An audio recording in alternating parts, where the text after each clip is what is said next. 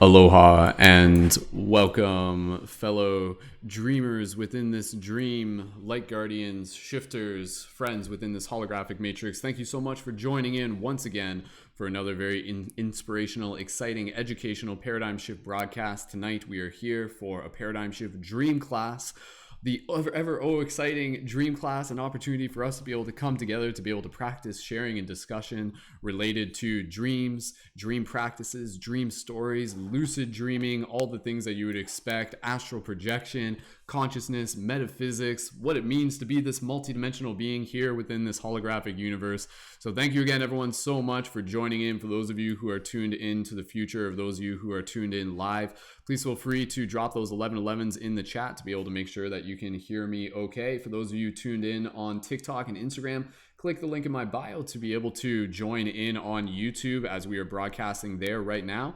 And with that said, I just want to be able to acknowledge that I am joined here once again by some fellow amazing shifters, leading members within the Paradigm Shift Central community. So fellow dreamers within this broadcast, gently feel free to unmute your microphone and let's make some noise and send some love out to all the people who are tuned into this broadcast. So go ahead, just do like animal woo woo woo. Ow, ow, ow.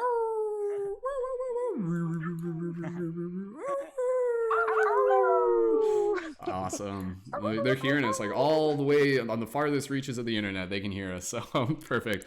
All right. So thank you again, everyone, so much for joining. Thank you for those of you who are tuned in on any platform. Again, you can watch us on YouTube, Facebook, Twitch. You can also find us on Paradigm Shift Radio on iTunes. And so again, just to kind of like set the bigger picture, the Paradigm Shift Central community, this is a project about being able to help build a space for us to be able to come together as conscious creators and leaders to support each other within this ongoing shift in consciousness, this ongoing awakening, people who are continuing to kind of like understand that there is more to this reality than meets the eye, that we are multidimensional beings, and really exploring what that means.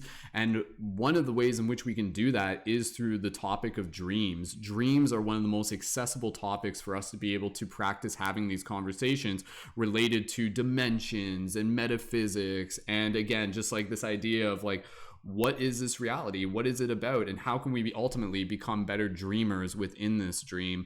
So we're going to go around the circle in the next few moments to be able to pass the talking stick and to be able to practice having conversations related to dreams, related to dream stories, some tips. We'll be taking questions from those of you in the chat. Again, this is the 32nd or 33rd dream class that we've done. So if you're looking for more dream class, please feel free to check the past ones, and you can find the link for that in the YouTube info as well. And before we dive into this, I just want to again be able to thank everyone for being here. Thank you again to our Patreon supporters. If you enjoy the content that we are creating here and just like the work that we are putting into the project to be able to share it with the wider community and to be able to provide this value and this inspiration, definitely be sure to check out the Patreon and consider signing up there when it works for you. And by signing up on Patreon with a monthly contribution, you can also join as a leading member, which will give you the option to join on air for future dream classes and other broadcasts, join a private membership chat, get discounts for the shop, all sorts of cool stuff. So thank you again to our Patreon supporters, but thank you again sincerely to all members of the community. If you are listening to this broadcast, you are a part of the team, you are a part of the tribe, you're a part of the shift. So thank you so much for being here. So again, my name is Brendon, Mystic Spider-Man, Skull Babylon, for those of you who may be new. And if it's your first time tuned in, go ahead, drop a 333 in the chat just so we can see and acknowledge and say hello to you. And so as we kind of go through this conversation, again, we're just going to practice passing the talking stick around. We'll have some discussion, we'll share some stories, we'll share some tips. This is a great opportunity for people who may be new to the dream practice, for those of you who may be experienced with it, and ultimately for us to be able to come together as a community to be able to help develop accountability, for us to develop consistency with this practice. It's one of those practices where when you're doing it by yourself, it's very easy to just kind of like let it go and let it fall to the wayside. So that's why having a community is actually one of the pillars in terms of the dream practice itself. We'll talk a little bit more about that. You know, we're talking about like, oh yeah, dream journaling, meditation, reality checks, just being aware of like energy, cultivation, creation of sacred space, and community. Community is absolutely one of those pillars. So that's what we're honored to be able to create that here tonight and to be able to share that space with you, anybody who is listening to this in the future. So Thank you again, everyone, for joining in. If you haven't yet, be sure to just explore the links and get more connected to the community. Thank you to all those who maybe recently tuned in through TikTok or any other platform. And yeah, with that said, keep leaving those comments down in the chat, and we are going to dive into this conversation together. So, all right. So, again, as we set this up, for me, creating these broadcasts, creating this space for us to be able to have this conversation has always been something that I've been incredibly passionate about. Even in the early days of my spiritual awakening, my awakening to this idea of metaphysics and consciousness and understanding that there was more to this reality than meets the eye, a big part of it was through learning about dreams. You know, it was literally kind of back in the day where I remember going to some Gnostic lectures at our library, and it was a Gnostic lecture literally about astral projection.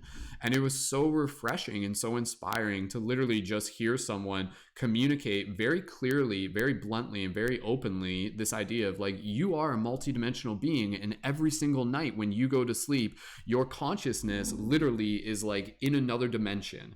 And so that idea really just kind of like intrigued me. And one of the things that's powerful about dreaming is the idea that it's something that you can experience. It's something that you can cultivate your own wisdom through. And so, what are dreams? You know, we'll talk a little bit more about that within this broadcast. But again, you know, it's this idea that one of the concepts related to dreaming that I think is very important is that through understanding a little bit more about dreams, you also understand this idea that your thoughts create within dreams when you're lucid in a dream, more so than often. And so when you understand this concept, you can actually kind of bring it back to this reality, and you actually begin to understand that this physical reality is more or less like another version of the dream space, meaning there's certain elements that kind of follow specific patterns. And one of those is the idea that your thoughts also create within this reality. There's a couple different variables such as time, and again, just kind of like the idea of like things being more physical. The density is a little bit different, the vibration is different in this reality, but it really helps you kind of understand a little bit more, or at least get more curious about this reality when you really start to study dream reality, and ultimately to be able to help move us towards more of that space of empowerment, to be able to awaken to our potential as dreamers within the shared dream, and ultimately to do our best to be able to create as creators within this collective dream, to be able to show up and help others awaken to this within themselves. So again, the intention behind this broadcast is education, inspiration, empowerment, entertainment. So thank you again, everyone, for joining in. So with that said, we're going to start passing the talking stick around, and then we're just going to kind of let the conversation flow wherever it goes. This is a chance for spirit consciousness to practice communicating. And the other thing I will mention is that a little bit later in the broadcast, we're actually going to be doing a group meditation where we practice visioning ourselves arriving at what we refer to as the dream tree. And so this is this idea of shared dreaming. And through a practice of meditation, we're actually kind of like familiarizing ourselves with the story of us arriving at a tree within the astral planes. And this actually exists. Like, we actually have like people within the community who have been to this tree within their dreams, and who have met other people through the community in this space. So it's a really, really cool concept. So again, we're going to be doing that a little bit later, and we'll even just talk a little bit more about, again, just like the shared dreaming as a possible experience. So as we go through this, we're going to pass the talking stick around, and we're going to give an opportunity for some of the fellow leading members to introduce themselves, to share a little bit about what their experiences are with dreams, to share some stories. And yeah, we'll just kind of let the conversation flow where it needs to. So thank you again, everyone, and please keep leaving their comments. For those of you tuned in on YouTube, you are a part of the conversation. For those of you tuned in on TikTok, and for those of you tuned in on Instagram, now is the time when you want to jump over to YouTube. So if you're tuned in on TikTok and Instagram, click the link in my profile to make sure you're tuned in on YouTube. That way, so you can listen to everybody in the broadcast. And for those of you on Facebook, I would recommend you also jump over to YouTube to make sure that your comments are being seen. So with that said, we're going to pass it over to Kayla, and just again mentioning that we also have Kristen and we also have Jacob with us here tonight, and we'll hear from them in a moment. So we're going to pass it over to Kayla. So Kayla, when you're ready, we'll pass the talking stick to you. Please feel free to introduce yourself, what brings you to Dream Class, why this is something that you're passionate about, a little bit of your own experience, and then if you have some initial stories you want to share right off the start, absolutely, we can do that too. So Kayla, welcome to Dream Class. Thank you so much for being here, and passing the talking stick over to you. Go right ahead. Hi.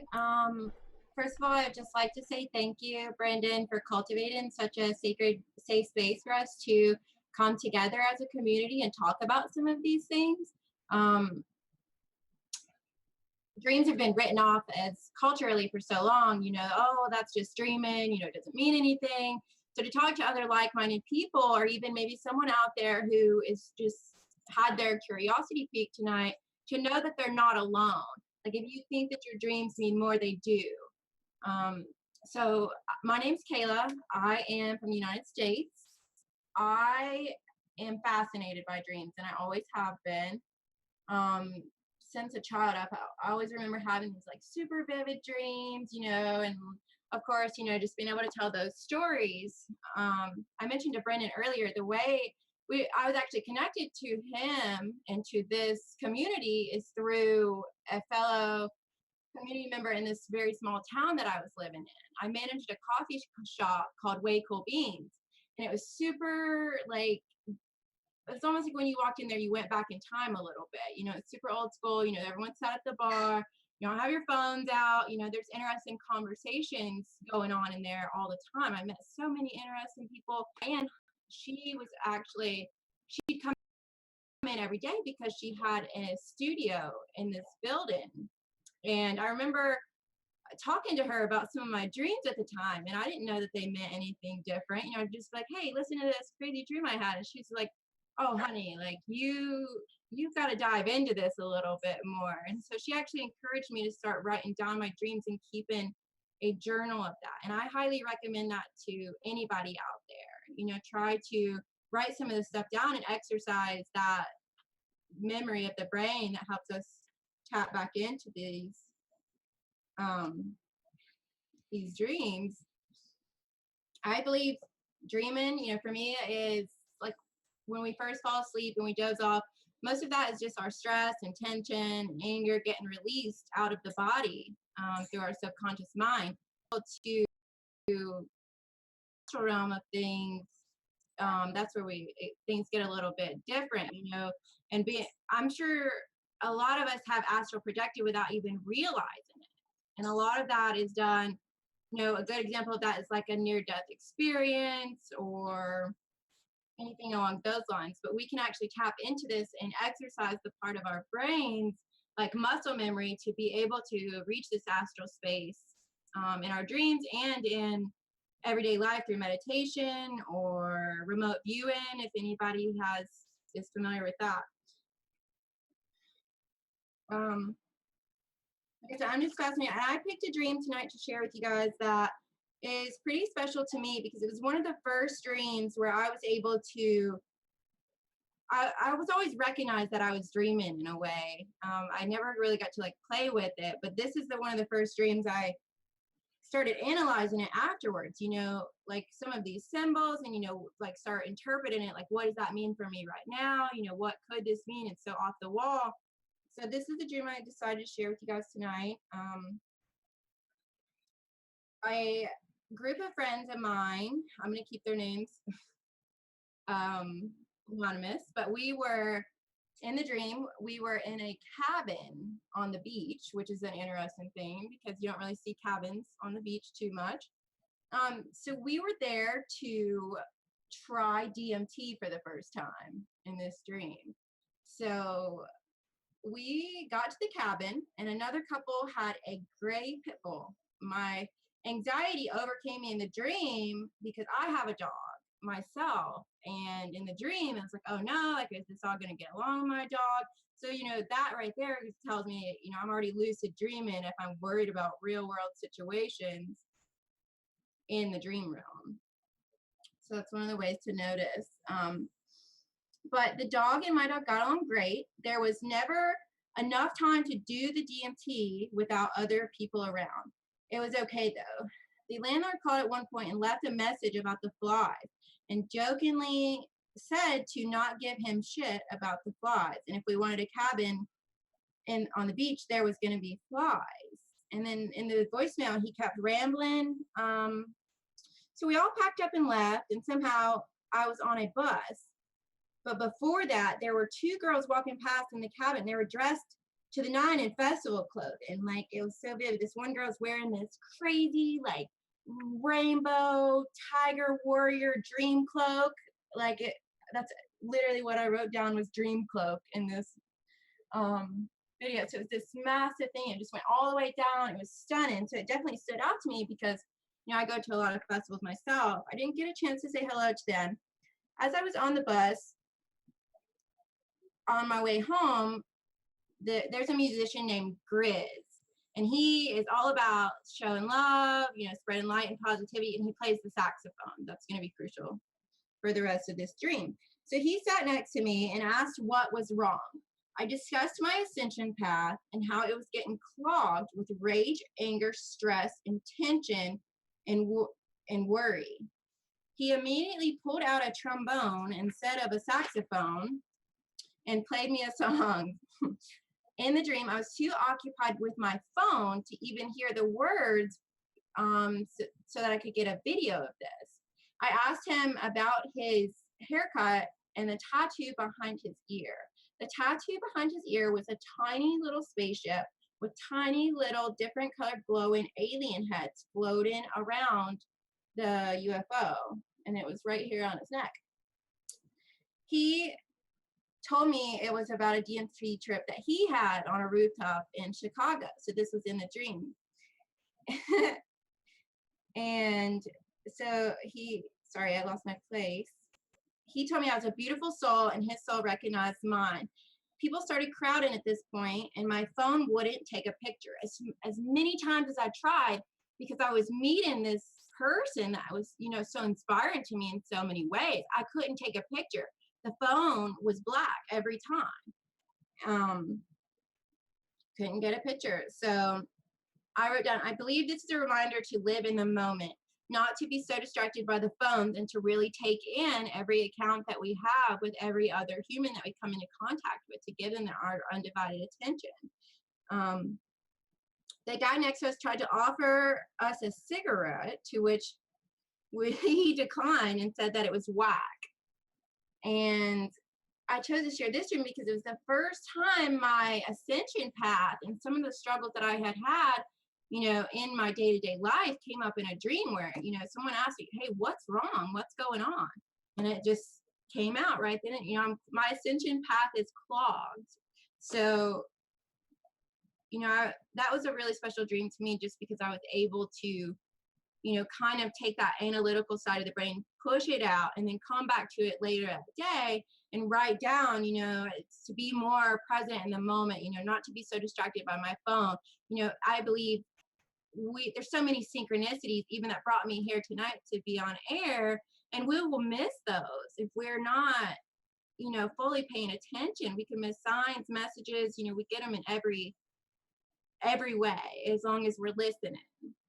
So that's a dream I chose to share with you guys tonight. I really appreciate you taking the time to listen. Awesome. Sweet. Thank you, Kayla, so much for sharing. And again, it was cool just kind of reading that, and there's a lot of gratitude for it in the chat. Some people, Stella was saying that gave her chills while listening to that in the chat. It's very relatable. Yeah, so that's pretty cool. Oh, so here is I watched the last broadcast on shared dreaming, and so here's one of the really cool stories that this dream was over a year ago, and Grizz just came out with a song called Spaceship on last Friday. And in this song, he says, like I was smoking on DMT, talking to my alien idols on a rooftop in Chicago. So, oh, wow. There you go. So I've always had this really weird connection to this musician, though.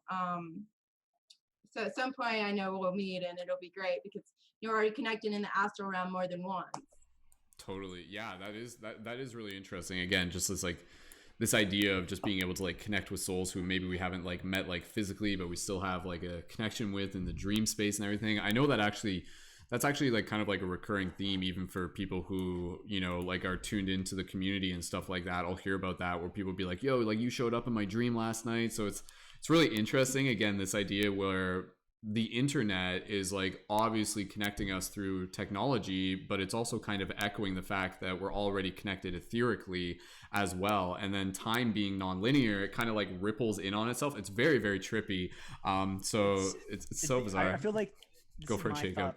Thoughts on this. The internet provides the faces and the people look at Facebook and social media, like all this information, our psyches will never forget a face, and it will reappear in our dreams. So I believe that when we dream, that like a whole reality is that we think is real, and we live out like it's real. And most of the time, that's what a dream is, and then we forget about it when we wake up. But the most intense dreams is that, right, like you said, the lucid dreams are the ones that we can find meaning from, and those are the most exciting dreams because they're either really good dreams and like they can have like good emotions attached, or there could be really, scary, right? Nightmares, right? So what's interesting, I'm really interested in the science behind dreaming. See, I'm interested in psychology, and like when there's when we lucid dream, apparently like our prefrontal cortex, the front part of our brain, is lighting up completely under an MRI. So like that's pretty cool because the prefrontal cortex, that has to do with problem solving and all of the like like really hard like our math problems, or like the hard problem solution Yeah, kind of logic, and but also like a lot of processing. our senses, right? Our Yeah, senses. It's all sensory. yeah, And so that's why it's like, whoa, you know, during a dream, and like our brains secrete these neurotransmitters through our endocrine systems and like in our nervous system, and it's just so amazing how neural networks. And I'm really interested uh, in neurochemistry and biochemistry. I'm actually this fall semester I'm getting into bio 181 and biochemistry um, and all that. So nice, man. I'm getting excited for all that. Well, that's cool, man. Yeah, we'll have to. Again, part of the conversation is even just the idea of like when you look at dreams from a scientific perspective, it really kind of paints this picture that like what's happening in the mind is basically this idea that like as the signals are processing from the awareness of the brain, what's happening in the dream is like perceived equally as something real as it would if it was perceived externally. And so this is where it gets into this idea that like what is the purpose of dreams? And that's where I think again, the purpose of dreams is to give our soul an opportunity to evolve, to give our soul an opportunity to learn. Sorry, Jacob, I was just gonna mention before I pass the microphone back to you. Can you do me a favor and just kind of move the camera a little bit further back from your face? Nothing, nothing personal. It like fills the screen. That's all. We're into it, man. No, not a problem, man. Not a problem. So Jacob, let me pass it to you, and let me just give you a chance to just like briefly introduce yourself, and then we'll kind of just like go into a little bit more of the conversation. Then we'll pass it to Kristen as well. So Jacob, back to you. Go ahead. Yeah. So I often ask myself, like, what is dreaming? Like, why do we dream? It must be important because we dream 1/3 of our life. When I dream, I often dream and I see intelligence as my subconscious sees it. And I believe that the collective unconscious sees intelligence in a certain way where evolutionary, are trying to understand the universe better, and we're trying to socialize and communicate better. So what if we are understanding the universe better while dreaming, and we're communicating with each other more efficiently through dreaming? And that's just an evolutionary thing that we have started that we have done, and that is important to us. That and I feel like that could be a reason why we can have ideas that are similar to someone else in a different part of the globe, even in like, yes, we're connected through the internet, and yes, we're connected through technology, and communication's a lot faster now. But in the past, this has also been a phenomenon, and where scientists had the same exact patent, the same exact idea at the same time, all through because they dreamt about it. So it's weird how this Yeah. kind of works. You wonder if it's destiny. So this can get philosophical, and if fate is involved, or if we choose our own destiny and there's free will, and these are scientists who use their dreams to become better at their craft of science, because that's how dreams kind of help us. Like when what we learn during the day, it comes to us back when we're dreaming to basically we review our day, what we've learned in that day while we're dreaming, and we can sometimes even have a new idea come out of it. like for example, the periodic table it was arranged in a dream by its Mm-hmm. creator. Interesting. Yeah. Again, like, just kind of jumping off that, Jacob, if you don't mind. Again, like with dreams, I agree. Like, I'm fascinated by this idea that our dream space is almost like the internet. Like, we don't always kind of think of it. And this is where I think there's kind of a big paradigm shift that's happening right now. Is that, traditionally, if you were to listen to kind of like the kind of narrative related to dreams that we've kind of been fed over the past several years, the past several decades, which is no fault to anyone, because I don't think there's like some sort of, I mean, I don't know, this like is there a conspiracy to keep our awareness separate from our dreams? Maybe, but I mean, regardless, a lot of people just kind of approach it from a very kind of analytical, scientific perspective and everything like that. And that perspective basically tells us that our dreams are local purely to our own brain. So like anything that you're dreaming about, like that's just you, man. Like that's not that there's nothing external about it. There's no metaphysical property. There's no etheric, there's no Idra's net connecting you to everything. But for those of us who have had our experience with dreams, it seems more akin to the idea that our dreams are actually basically like accessing like an internal hyperdelic internet. And then through in this internet, like this is where the idea where data can be transferred, ideas can be transferred. And it's an opportunity where, again, this is just me trying to be able to explain it using language, but it's basically like, ideas that we receive here within this physical begin from higher dimensional planes. They begin, like in like the etheric realms. And then this this information, this energy is literally something that can be kind of like transferred and received to us through our dreams, and then kind of brought back into the physical. And this is where it kind of gets like really into like a whole nother part of the conversation that just kind of blows my mind, where you start kind of like wondering, who or what is orchestrating our dreams, like how are dreams actually kind of like manifesting. And this is where I kind of like to play with this idea that it almost feels like as if there's like a higher conscious intelligence that is actually almost like designing our dreams, or designing the algorithms for our dreams for them to kind of be able to like create themselves spontaneously based on certain variables and emotions and circumstances.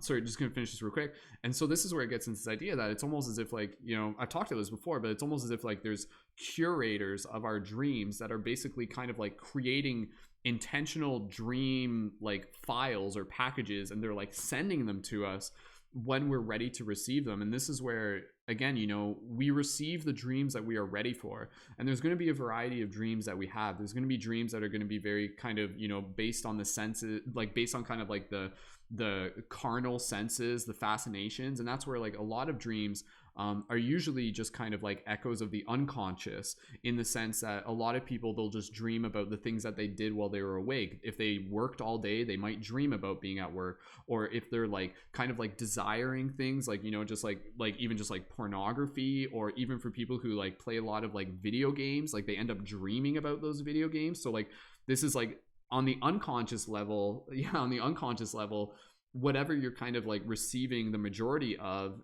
it unconsciously will just kind of filter itself in the dreams. But when you kind of clear that slate, when you get rid of that noise, and you kind of, and this is the practice of dreaming, where you kind of, go into your meditation, you kind of clear your mind, you clean the radar dish, and then it's basically like, all right, universe, like I am ready to receive something that is like really meaningful and really valuable, and I'm here to be an ambassador for that dream. And then from that stage, it's like the higher part of the universe, the consciousness, our higher selves, aliens, whatever, we're kind of, again, it's kind of a mystery at this point, is basically like, okay, like this person is paying attention, they're ready to receive this, like here's a sweet dope dream where it's going to be like them like talking to higher dimensional beings, or maybe it's going to be a dream where they're like talking to a loved one who has passed on, or it's going to be a dream where they connect with like a past life or a higher self version of who they are.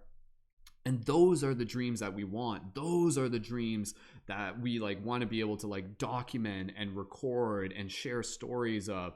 Like as much as I wouldn't want to necessarily kind of subject our viewers to like inviting people on and be like, oh yeah, tell me about that dream, how you like had sex with that celebrity, or how you were like playing like a video game in your dream or something like that. Not to say they're not fascinating, but it's those kind of like those higher conscious dreams that are within all of our reach, that are worth striving for, and they're very sacred. They're very even psychedelic as well. Okay, Jacob, I'll pass it over to you, and then we'll get ready to pass it over to Chris. Sorry, I know we're just kind of jumping in. Yeah. Jacob, we'll pass it over to you though. Go ahead, dude. Yeah, so I actually had a kind of a dream like that where it was crazy. So I live in a desert, so it makes sense. The scene where I was at, it was in a desert, but it was in the middle of nowhere, and it was in this like desert town, like abandoned town, and for some reason, there was elements of a train coming through, and but when this train came through into my dream, it was not a normal train. It was like a time train, okay? Like a kind of like Back to the Future. It's the second movie. Was it the third movie or second? You know what I'm talking about? Like, so for some reason I was dreaming about time travel and I met myself from the future. It was really trippy because I had like white hair and a long beard, and like I basically gave myself future knowledge at that moment, and then, like almost like there's this paradox resolving moment that occurred or something, where like it was where like where two became one, and like I absorbed all of that knowledge in a way, and then I woke up. Wow. It was so weird. Yeah, again, it's kind of like, and that's kind of one thing that I talk about, that I feel like it's within dreams, we kind of have this potential to basically like integrate our 5D consciousness with our 3D identity that we have here and now. And so that's where, again, with dreams, ideally you want to be able to remember these, because like even though you might go through a dream and it may be like super mind-blowing and revolutionary and stuff like that, it's possible that you might go through that dream, your soul will experience it, it will still be recorded within like your soul information, but you'll wake up and you won't remember it. Now, I like, not to say that that's not the worst thing ever, but ideally it would be great if you can kind of like bring that knowledge back with you. It's again like these dreams in themselves are basically like psychedelic experiences. And so with psychedelic experiences, for a lot of people who are kind of like into those discussions, you'll know that the common theme is basically to like go into it with intention, and the idea is to be able to bring something back. So like even for our dreams, like, do we want to go into our dreams purely to just like be a form of escapism? Do we just go into it just to kind of like fulfill our carnal desires or stuff like that? Or do we go into it with like a mission to be able to bring back something of value that we can integrate into our own being, and thus be able to share further into the community, and again help more people kind of awaken? About this dream, I do remember some parts of it, like about my future self. There's like a lot of timelines basically and branches. So this wasn't just one person, it was just a bunch of different like possibilities, and it was weird. Like it basically showed me what I could become based on my path before me if I do certain things.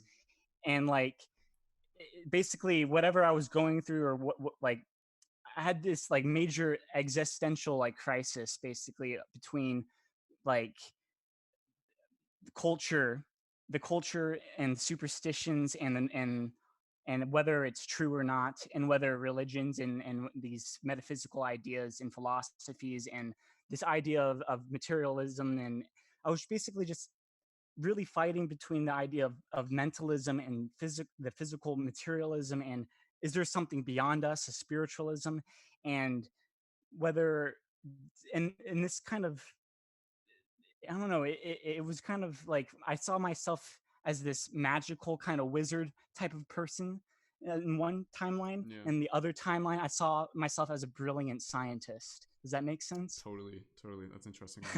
and again, like those in some form, like they're parts of you, like they're still with you today, like that's the kind of thing with dreams. And I'll just say this, and we're going to pass it over to Kristen, just otherwise, again, just to be able to keep facilitated here. But again, like within dreams, it's powerful because you get to like see more parts of yourself, like fractals of your own soul. And that's where, again, with dreams, when you look at the medicine that dreams provide, it's a chance for us to be able to connect with more of our soul. There's healing that can take place in dreams. You can like reconnect with past lives. You can reconnect with future lives. Like, again, this is where with dreams, like the limits are infinite, and so again, that's why we're just kind of scratching the surface here, and we're just practicing having these conversations. And with that said, we're going to pass it over to Kristen, or Jacob, was there one more thing you just wanted to Yeah. Okay. Cool. Thanks. Thank you for sharing. Fascinating. We'll pass it over to Kristen, and then we also have BB Witchery who's joined. So BB Witchery, thank you for joining. We'll pass it over to you shortly. So Kristen, we'll pass it over to you, and please feel free to go ahead. You can just introduce yourself a bit. Like, what about dreams you're interested in, and anything else that you would like to share. So Kristen, when you're ready, we'll pass it over to you. Go right ahead. Well, hi guys. Thanks for having me on. I appreciate it. Mostly I just joined in with the dream session. I've always been really connected with dreams. I remember having lucid dreams since I was really young, and I always kind of struggled with them, to be honest with you. It was really overwhelming to always wake up and remember what happened or be really confused because I've always felt very emotionally connected with my dreams. And so to be able to kind of wake up and figure out how can I disconnect from those emotions and leave them as a dream and really be able to process through that. And so I've actually been able to really work with my dreams to be able to process through quite a bit of trauma and really just being able to explore my own depths of, I guess, emotion and capacity, and kind of being able to just really work through um, concerns in life and being able to maybe see things more clearly. So yeah, I don't know. I've always really studied a lot about dreaming when I was younger. You know, everything in your dream is relevant. So colors, shapes, people, activities, it's all relevant. So, just really trying to stay conscious to what your dreams are. I know I always keep a notebook next to my bed in case I have something I wake up and I'm like, that was really important. I need to really process that or think about that. Like, what did that mean? In relationship to what's going on in my current life, or is that something that I needed to process through? So, really having those notes to go back over, and then also being able to just learn and, research and figure out, what more, I guess, the experiences in the dreams relate to our reality. Does that make sense? Awesome. Oh, that's beautiful, Kristen. Thank you for sharing. And so, just curious, like, how often do you still lucid dream? Pretty much every night. I mean, Wow. almost. It's something, like I said, I really had to work with, because whenever you do lucid dream like that, you wake up feeling very, or at least I do, wake up feeling very emotionally charged. Sometimes it's, relevant, sometimes it's not. So, but yeah, it's definitely a very powerful tool as far as just like healing and processing goes. So, That's wonderful. Yeah, and again, part of the reason that I love doing this broadcast is because it does welcome in a variety of people who have, a spectrum of experience. There's going to be people tune into this and they're just like, like, I've never had a lucid dream before. And then you get other people and they're like, I've been lucid dreaming my entire life. And I think even just with that, this is just kind of like a side note, because it's kind of like why are some people able to lucid dream by default from a young age, and for me it kind of brings in this question and be like, oh, like maybe that's like something that they like mastered in a past life and then they kind of carried it over with them. But that's something very sacred to be able to have, to be able to have that, like other people that they'll strive and strive and strive for that, and then some people, they're just naturally tapped in to that degree. So Kristen, if there is like any sort of stories related to lucid dreaming that you want to share, again, just kind of like as examples to help people's imagination kind of get sparked of what can take place within dreams. Because again, part of the reason for doing this broadcast and this entire project, it's to document the ongoing shift in consciousness. And yes, there's what's happening right here physically within this dimension, and the art we're creating and the community events we're facilitating and the work we're doing personally. But then it's fascinating to just know that parallel to this unfolding physical story, there is all of that is happening individually for us within this dream space. And just knowing that, like, again, if we are not remembering our dreams, or if we are not engaged with our dreams, we're almost like missing out on like 50% of what this human experience has to offer us. And so as a soul, if our mission here is to be able to like grow and learn and experience as much as possible, that in itself can be a big motivator for a lot of people to just be like, whoa, like I want to find out more of what there is to offer and what there is to experience. And again, that's a way for you to be able to just like open your mind and open your heart. And again, that's where with lucid dreaming, and I'm just curious to hear you talk more about lucid dreaming and even just kind of what that experience is like from your perspective, and for anybody else here is familiar with that as well. Again, you know, with people, when they talk about lucid dreaming, they will often say that like when they're lucid within a dream, and again, for those of you who are maybe new to this concept, lucid dreaming just means when you're in a dream and you become aware that you are dreaming within a dream. But when you do that, there's like this shift. There's like this like shift in kind of like awareness, and like the texture changes. Like you just kind of become like super present, and the reality can almost feel like hyper real. So I'm just kind of curious, Kristen, like kind of like, you know, what has your experience been like when lucid in you know, in these dream spaces, in this dimension? How real is it for you? I mean, obviously the question is, you know, real, but like, just I'm just curious in your own words to do Yeah, that. Yeah. absolutely. So, like I said, I mean, I've experienced them from a young age. So, of course, starting off, it was really hard for me to, I guess, kind of cope with and understand, because they are very real. I mean, it really feels like you're there. It's not like a movie. It's like you're really, this is happening and this is what's going on in your physical existence. And then, you know, at some point in the dream, it's so real. You're experiencing it. You kind of look around and you're like, wait, this is not quite this is real. I can feel, I can see, I can hear, I can smell, but I know that this is not where I'm at presently. And so whenever you wake up, you kind of have a little solace to know, like, oh, if that was a lot of really like negative energy, a lot of really bad stuff, you're like, okay, well, that was, you know, a dream, but you still wake up feeling like scared or sad, or, you know, if it's a really happy dream, like let's say you're, you know, on the best vacation and you're having the most wonderful experience, you wake up feeling really uplifted and wonderful. And you know, so I'd say it's very real. It's very much like you're, you know, physically there, but somehow you know you're not. I don't really know how else to Mm, explain it besides um yeah, I guess, yeah. because you know, when you go to sleep you're laying in your bed, so you know, when you wake up in your dream and you're in the Bahamas, or you know, a prison cell or something crazy, you know, it's kind of like, whoa, this is a little bit disorienting at first. But you know, once you get older and you are aware of what's going on and kind of how to, I guess, not manipulate but kind of understand what's going on and be present for the learning experience, and not so much the like physical experience, I guess, if that makes any Hmm. sense. Yeah, yeah. And thank you for sharing. And again, just kind of curious, and just for the opportunity to give people a little bit more of an idea of, you know, things that can be done when lucid in a dream. You know, what are some of the things that you've intentionally done within lucid dream? Obviously we kind of got the common things, you know, like flying, but you know, like, have you had experience with like teleporting or like creating things with your mind and things like that, if you'd like to share? So it's kind of odd. Most of the time, it ends up being I'm in a situation, and whatever is happening around me is very complicated, or like there needs to be, you know, solutions, or people need to be saved, or um, I don't know. It's more of like I appear in a situation that's happening, and I am to like guide everybody and direct them on how to like come out of the situation normally. Or if it's a personal dream, I guess. Ooh, I'm sorry, Brandon, I lost track of my thought. Not a problem. um but yeah, no, it's I mean, yeah, I mean, you can be having a lucid dream, you could be in the middle of, I guess, a good example would be, I was saving a group of people from a mass murderer, and we were hiding in a school.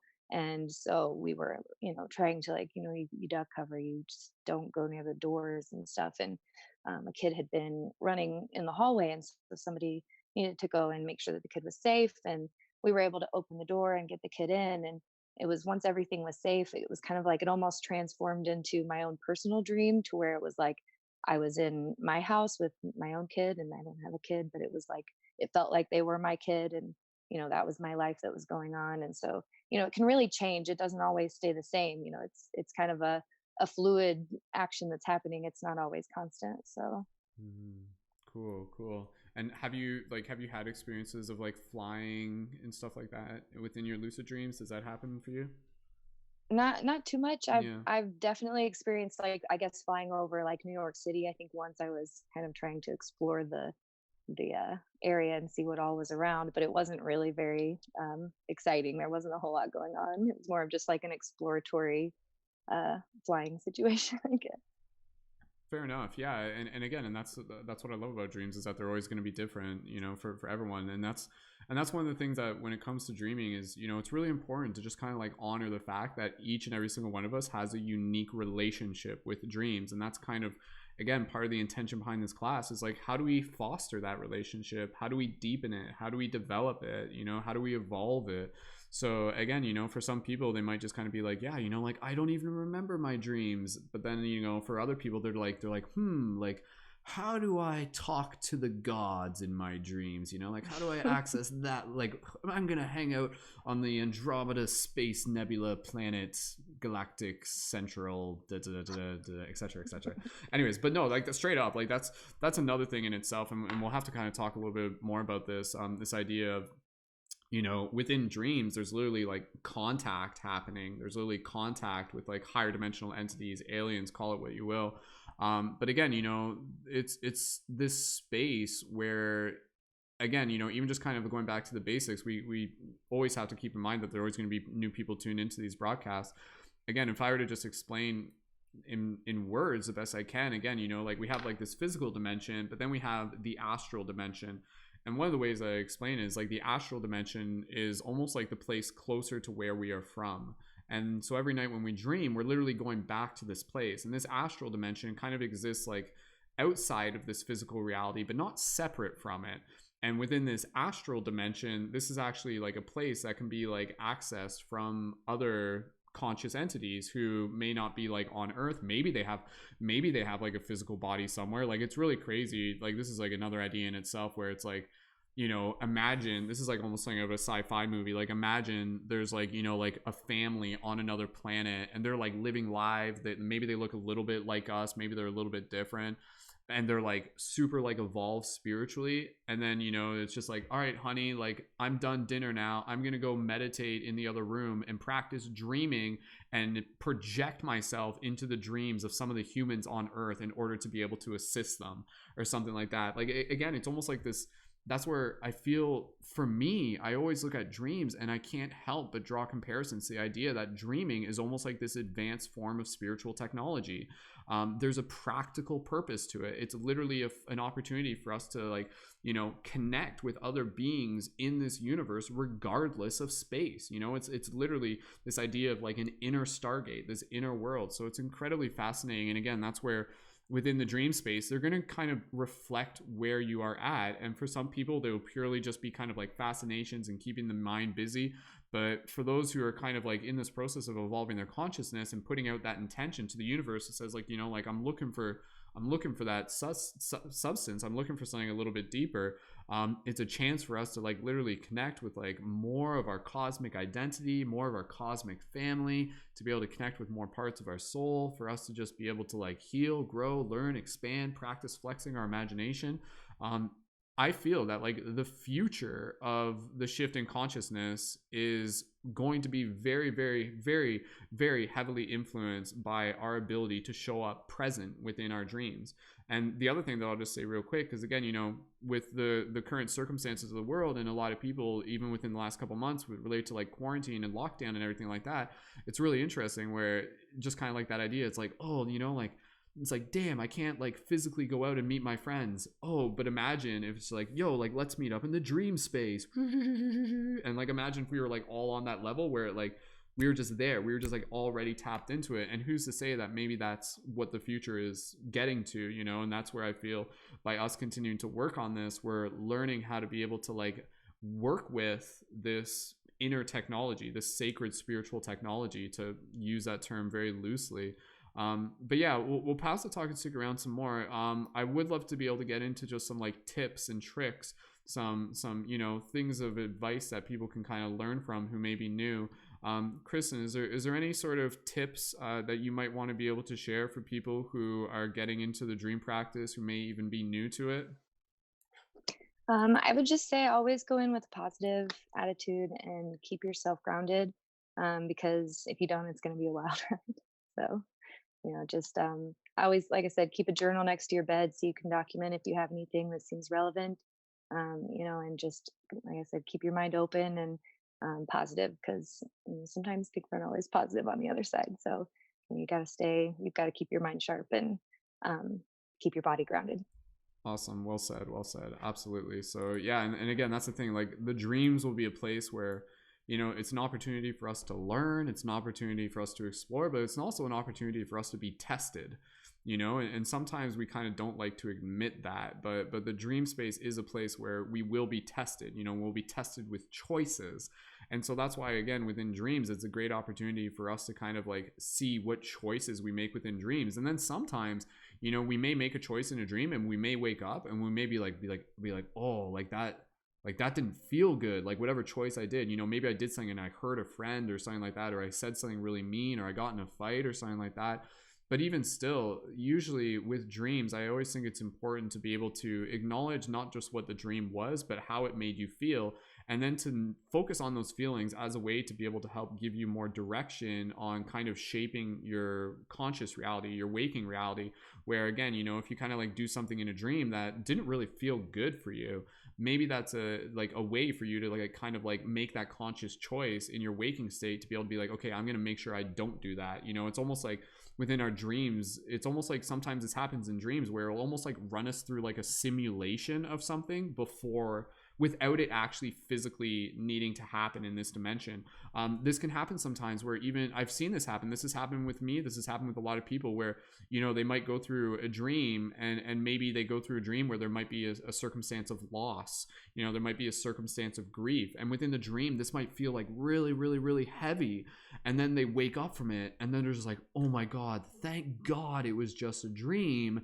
I'm going to call up my friend and be like, dude, like, I'm so grateful that, I just want to tell you that I love you. And, so instead of that circumstance needing to happen, it's almost like, you get the soul learns from it through the simulation. It's like, again, it's kind of like this like holodeck kind of technology. It's really, really crazy. But again, you can understand that from a practical level, if the objective of the soul here in this dimension and beyond is to learn, it would make sense if the soul's like, oh, you know what? I need to learn that lesson, but I don't want it to happen physically because I don't want it to be permanent. So let's like engineer a dream where we can still get the same lesson out of it without it having to affect the rest of the story. So dreams are this place where these like compartmentalized stories can unfold in these epic, dynamic, heart-wrenching, heart-expanding ways without it having to affect the rest of the physical story, the physical narrative in itself. So again, you can understand like the logic of like why dreams are actually valuable. If you were to kind of like be like, okay, if you were creating this reality, if you were some sort of like God-like higher dimensional being, you would actually want to be able to create something where it's like, okay, we got the physical timeline, but then we're going to have like this secondary reality where things can still like happen and implement that into the growth of the soul. So again, this is just like talking about ideas, but if this resonates for anybody in the chat, feel free to drop those 1111s for myself and for anybody else who's tuned in, who's talking on the broadcast. So with that said, Kristen, thank you again. We're going to pass it over to BB Witchery. BB Witchery, can you give me a thumbs up if you're ready to jump in? Sweet. All right, so we're going to pass it over there. And then from there, we'll go around the circle some more. We'll just kind of practice having these conversations. We'll pass it back to Kayla. Just get more into some theories, some stories. We can talk maybe about like alien contact in dream, or again, just any sort of stories that just help kind of give people a little bit more of an imagination in terms of what is possible within dreams, So BB Witchery, we're going to pass it over to you. So thank you so much, BB Witchery, for joining and passing it over to you. And when you're ready, go ahead and we'll just make sure your microphone sounds good and we can hear you. So when you're ready, go ahead. Hello? Can you hear me? Yeah, we can hear you. Can you maybe just speak up a little bit louder, or even just move the microphone? Oh yeah, okay. Yeah? I can talk very loud. Okay, cool. Perfect. Sorry. All right, go right ahead. Hi, I'm Lex, or BB Witchery on TikTok. I have been obsessed with dreams probably my entire life. I have a very weird connection with them, to the basis where I used to sleepwalk and I used to have like a repeating nightmare that caused me to go and stand next to my mother's bed and cry, like just kind of a little off. And that dream, like I had it from like age 5 to maybe 10, and then it turned into a next dream, and it slowly turned into this entire timeline where my dream has become this like narrative in another dimension. And like I actually have it up, like all right there is the timeline to it that I'm like trying to write out to make sense of it, because I feel like there has to be an underlying story or message to it all. I don't know if it's astral projection or if it's just a message, but it's made me obsessed my entire life. That's awesome. Wow, that's fascinating. I love the idea. Like you're actually like physically like mapping it out, putting together this like epic story, eh? So that's really cool. Awesome. So in terms of dreams, like what are your, and again, this is all just like practice. So again, in terms of dreams, like why do you think paying attention to dreams is important? You know, if you were kind of trying to explain to someone who may be new to the idea of dreams, what do you feel they would get out of paying attention to their dreams? Well, a lot of okay, so out of those two dreams that I've had, the repetitive ones, I can only remember a few ones, but the ones that I do remember, they've had like deep premonition to them. So like in one, I was in a boat with my family and we left my dad in a cave, and then we went to another cave in a boat, and my sisters got out with my mom, and there's a man there, and she was like, "Oh, go take this note to your dad." And the note basically said like, "Oh, we're not coming back." And 6 months later, they got a divorce, and she was with the man from my dreams. Like dreams have deep premonition value if sometimes if you look for them, and if you can remember them, of course. That's fascinating. I'm always fascinated to hear again, you know, stories of premonitions within dreams. Again, I think that's kind of like a big indicator for a lot of people when they have something like that. Again, you know, that's where like for many people, an experience with a dream can be something that can trigger their journey of awakening, their spiritual awakening, you know, because it really makes them question. They're like, wait a second, like what's actually happening here with this reality? You know, like I thought dreams were just random neurons firing in my head while I sleep. But again, when you have a dream and there's like a clear, obvious premonition, that's a big indicator that like, you know, there's more to this reality than just, you know, what we might see on the surface and everything. So thank you, Oh Lex, yeah. for sharing. Yeah, yeah. Cool. Well, if there's anything more you want to share, we'll start passing the talking stick around. Is there anything else you want to share right at this moment? That's cool. No, I'm good. Awesome. I'll pass the talking stick. Sweet. Thanks again for joining. And for those of you here, Kristen, Lex, and Kayla, can you guys do me a favor and just type into the chat your social media links? That way, so we can just include them into the show notes. That way, again, so for and that's optional, of course, for anybody here. If you guys are looking to be able to connect with some of the creators here on the broadcast, please feel free to do that. So, okay. So with that said, yeah, I just want to be able to continue to get the conversation rolling and to be able to continue to explore a little bit more of this mystery. Kayla, we haven't heard from you since the start of the show. If you have any like tips or practical input or just, again, kind of like ways to help people understand, you know, like what are dreams? Like what is actually happening here? Please feel free. We'll pass it over to you and we'll just kind of let the conversation unfold from there. Well, I wanted to mention that Lex, is that what you said your name is? Yeah. Right? Lex. So the sleepwalking deeply resonates with me. I've had a couple major incidents, and it was in a time where I didn't realize I was an empath and that I was giving off such a bright light, and my energy was being stolen. Like I truly believe there's energy vampires out there that, you know, feed off of empaths. But I sleepwalk to the point, and this is why our dreams are so important, because if we're not paying attention, we're going to get something a little more serious. It's like, hey, you need to snap out of it or snap into it and check out what's going on. Check in with yourself, check in with, you know, your astral self, your higher self. I had a sleepwalking experience where I flipped my entire stove, like the entire oven, in my sleep. And so I don't even know how I did that. I'm not that strong. Like, and that was around the same time, you know, I shared a little bit previous in the conversation.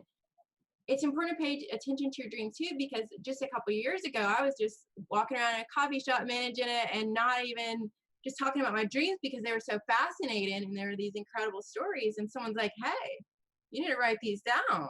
You know, you need to pay attention. And that was one of the first ways messages and downloads started coming to me from my guides and then my ancestors as well.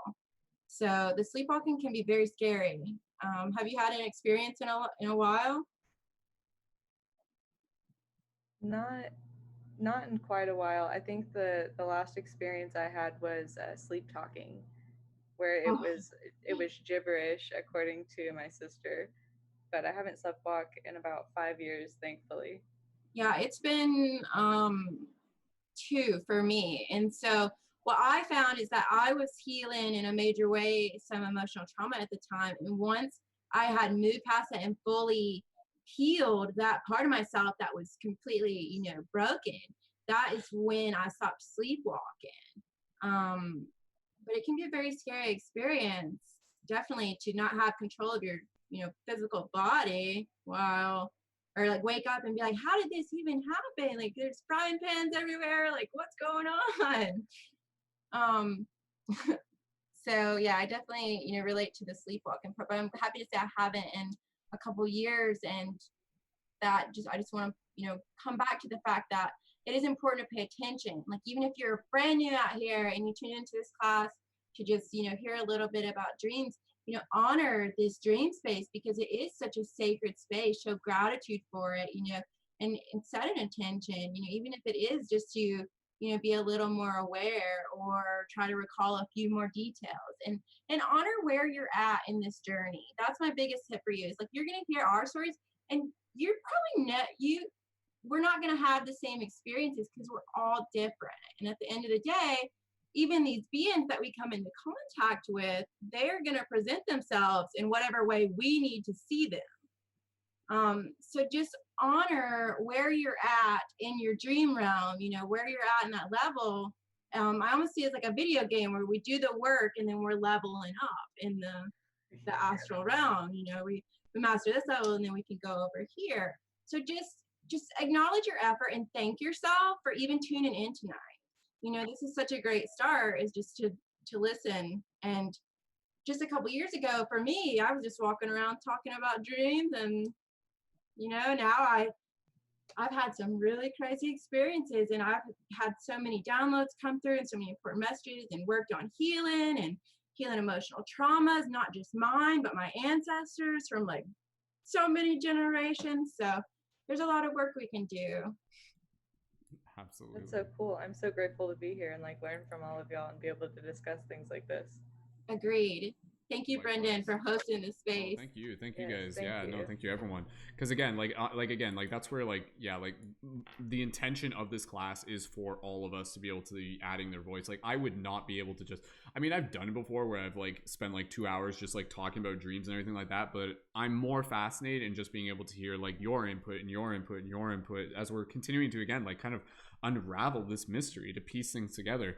So I'd love to be able to again just be able to help lay some groundwork for people who may be new to the process of dreaming, and just be able to go over some tips and tricks. And this is usually something that we do pretty much every broadcast, but again, it's always going to be a little bit different and there's always going to be new people who are tuned in.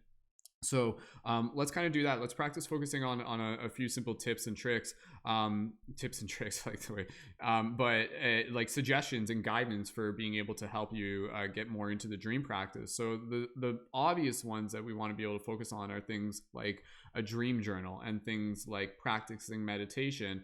And there's a reason why for those, and we can explain a little bit more about that. However, what I just wanted to be able to emphasize within dreams is the importance of being able to just be able to like create like a clean space within your room.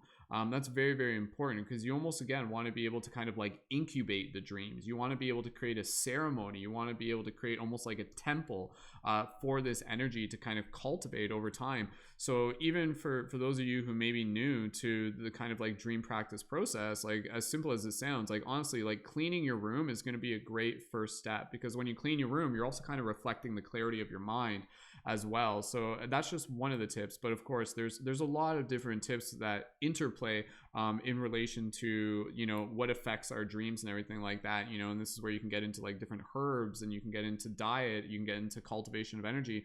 But again, just giving an opportunity for other people here just be able to add their own thoughts. And we'll do that and we'll pass the talking stick around. So Kayla, did you want to jump in on that? Yeah, go. Yeah. So the last broadcast, I did a little preview of that before tonight because this is the first one I'm tuned into. And I wanted to ask and put it out there to the community and to you as well. You were talking about the use of cannabis before going to sleep and how your relationship with that substance can affect these dreams. And I wanted to ask and put it out there if anybody has, over the last month, put that into practice and what experiences they've had, if they've had, better dreams, if they're able to remember more, like how has that affected your dreams? Yeah, so that's definitely a topic that we've covered in the past with related to dream recall. Is the idea, and again, just kind of reiterating for those of you who may be new to this, basically, like, again, like smoking cannabis will affect your dream recall. And the way how I kind of explain this is that, like, when you smoke cannabis, it's almost like within a 24-hour period, it's kind of like you like open up the energy cables. And so like energy is kind of like moving through and things are going a little bit faster. It's even like your chakras are literally kind of like expanding. And then as a result of that, it almost takes like a little bit of time for them to kind of like recalibrate. And then when they're in this process of recalibrating, it's less likely for like the subtle energies that are related to the dreams to be able to kind of like come through with the same level of coherent as if you were moving into it sober. But again, just forwarding that question that Kayla was asking, for those of you in the YouTube chat, if anybody here wants to share any experience, if anybody has like cut back from smoking cannabis, if they've noticed any experience with that. And again, for those of you who may be new to that idea, putting that in front of you as an opportunity for you to just be able to like add that into the equation of, how like maybe, for a lot of people, they might be just like, oh, well, I don't remember my dreams. And then it's like, oh, well, actually, you know what? Like I'm smoking cannabis quite regularly, but no one told me that was affecting my dreams. So now you have the opportunity to be able to decide that for yourself as well. So if anybody has any input on that, yeah, I'd be curious to hear that as well. Kayla, was there any other thing that you wanted to mention just in related to like tips and practical input for people getting started? And we'll pass it over to Kristen in a second. I do. I have this an astral projection method that I would like to share that I have worked with in the past, and that might help anybody else out that is trying to, get that out of body experience. And a lot of you might have heard of it, but maybe no one has. It's the rope method. So what I do is you feel your hands, you're not actually reaching because you're relaxed. You're trying to relax as much as possible. You feel your hands grasping the invisible rope. Don't move your actual hands, but then just focus on like the texture, try to, invoke all the senses as far as how the rope feels in your hands. And then you're going to feel the tension as you start trying to pull the rope and use that string to pull. So you pull yourself up, and I've had success with it to actually like make that final pull to come out of my body and be able to look down on the body while you are sleeping, which is a very odd thing to see. But that is one of the methods I use. You just completely relax and then just use the rope and envision yourself just pulling and pulling until you like snap out of it. Thank you, Kayla, for sharing that. We actually did talk. I remember mentioning that briefly last broadcast, but again, that's actually like a really good practical way, and that was like one of the first methods that I was kind of informed about related to just being able to practice astral projection. And we'll have to create a little bit of space within this broadcast even just to talk a little bit more about astral projection. We did kind of, again, we always, again, every time we do this broadcast, we're always going to kind of like go back over to similar topics. But yeah, I mean, even for Kristen or for Kayla, or even for Lex or for Jacob, does anybody here have like any what they consider to be experience with astral projection to their knowledge?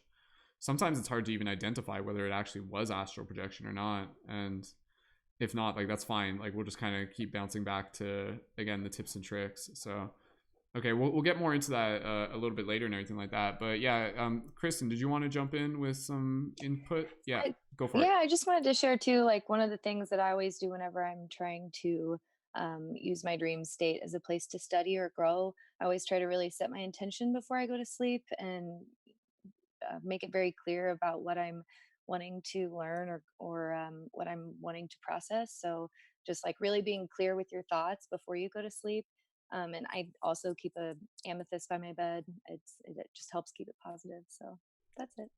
Cool. Awesome. Yeah. And again, I like being able to encourage people to like, again, create the space that's going to kind of help like incubate that positivity. So again, like whether that can be crystals, talismans, items. I know some people, they like to fall asleep like holding certain crystals, if that works for them. Just going back to the comments in the chat, just scrolling up here, Bakey said smoking going back to the cannabis thing, smoking for the most part makes it very hard to remember my dreams. I'm still aware of dreaming, but it slips away the moment I wake. I noticed that too. Is that like, yeah, like when if I can answer that. If I'll pass it over to you in a second, Jacob. Yeah, like if I have like been like smoking within a 24 hour, I like, yeah, like it's kind of like that same thing. It doesn't stop you from dreaming. The dreams will still be there, but it just makes it harder to kind of like bring the dream back into this reality through the recall process, because that's where it gets like it's almost like there's this fog, or there's just like the connections like a little bit cloudy, so to speak. Jacob, you wanted to talk on the cannabis notion? Yeah, it's not just cannabis, it's any kind of really substance. If you use it a lot. Sorry, Jacob, like, can you move the camera back just a bit? It's just like, yeah, yeah, no problem. Let's say you use a lot of alcohol, you use a lot of marijuana, you use a lot of any kind of drug. It can affect your dreams in that way. It can like have a mental fog if you do it too much. There's like that's why with medicines, especially, that's why there's this huge debate on pharmacology and dosage, and really smart people have these kind of conversations about what can be considered a medicine and what can be considered supplements, and what supplements affect our dreams and what medicines affect their dreams, and what are the side effects to these kind of things, right? Yeah, that's a good point. Yep. Everything that we put in our body will chemically alter something in our body and our brain specifically, because that's our nervous, the main area for our nervous system, that and our spinal cord, right, and for experience. Yeah, that's a great point, Jacob. And again, just something to be mindful for everyone here, that like, you know, it's whatever we're inputting into our body will affect, like, you know, the overall ability for us to be able to connect to our dreams. And so, yeah, like, I mean, cannabis is kind of a more obvious example, at least from my own experience, but you're right. Like, I'm sure I would probably notice the same thing if I was like, you know, drinking alcohol each day too. I just don't do that very often. But even still, like, even food, if you're eating shitty food, like, that's going to affect like your overall recall ability as well. So again, you know, the objective here with dreaming, I would say, simply put, is to be able to kind of understand that in order to be able to kind of like get into these deeper levels of dreams, you want to be able to basically like do what you can to be able to be as clear of a receptor as possible. You know, again, thinking of like our brain as kind of like a radar dish, and not just our brain, our entire body is like a radar dish. And so these dreams are kind of coming in as signals. And again, if our body is like, you know, like if we're not really taking care of it, if we're eating shitty food, like this radar dish is going to have a hard time receiving these signals, receiving these dreams. So again, and it's not even just food, it's also like literally like the content that we're absorbing, the media diet that we're absorbing, the thoughts that we're sharing, you know, the thoughts that we're repeating throughout our day. And that's where, again, you know, for you literally dream what you like, what you watch is like you literally become what you absorb. And so like what you absorb will show up in your dreams. And that's where if you're just watching, you know, stupid, I'm using the term stupid nonchalantly, but you know, like dumb content, like, you know, like pointless, like kind of like, you know, not really, more so entertaining opposed to educating content, even just like bad music videos or just stuff that's like very superficial or anything like that, or just kind of wrapped into that culture, like that will kind of like echo into your dreams. Whereas if you kind of start focusing more on, honestly, like even tuning into broadcasts like this, listening to other people kind of talk about bettering themselves and getting more into this conscious awareness and such, like all of this will kind of echo back into how you'll start shifting your relationship with your dreams, while at the same time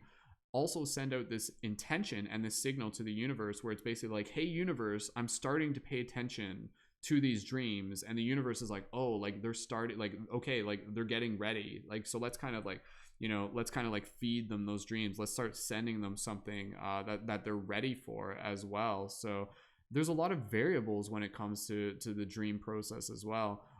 So we'll keep passing it around, and Jacob, I appreciate you mentioning that as well. Lex, if you wanted to jump in with anything related to like tips and tricks or anything like that, just let me know, or if you want to jump in with anything. I haven't astral projected so I don't really have any tips or tricks. I'm sorry. Well, not even just tips on astral projecting, but even just like tips for, you know, people who are just kind of like getting into being interested in dreaming and things like that. So Oh, go in with no expectations. mm. That's, I mean, I tried intentions, but they stopped working. But then when I have no expectations, then that's when things start happening. That's really cool. I like that. I like that idea too, where yeah, it's I kind of, again, thinking back to this idea of approaching dreams similar to a psychedelic experience. It's like if you try to control the psychedelic experience, that can often create like this resistance. So dreams can, again, they're going to be different for different people. They're going to have a different relationship, and I know for some people they have a relationship where they can literally like ask questions before falling asleep, and then those questions might be answered within their dream.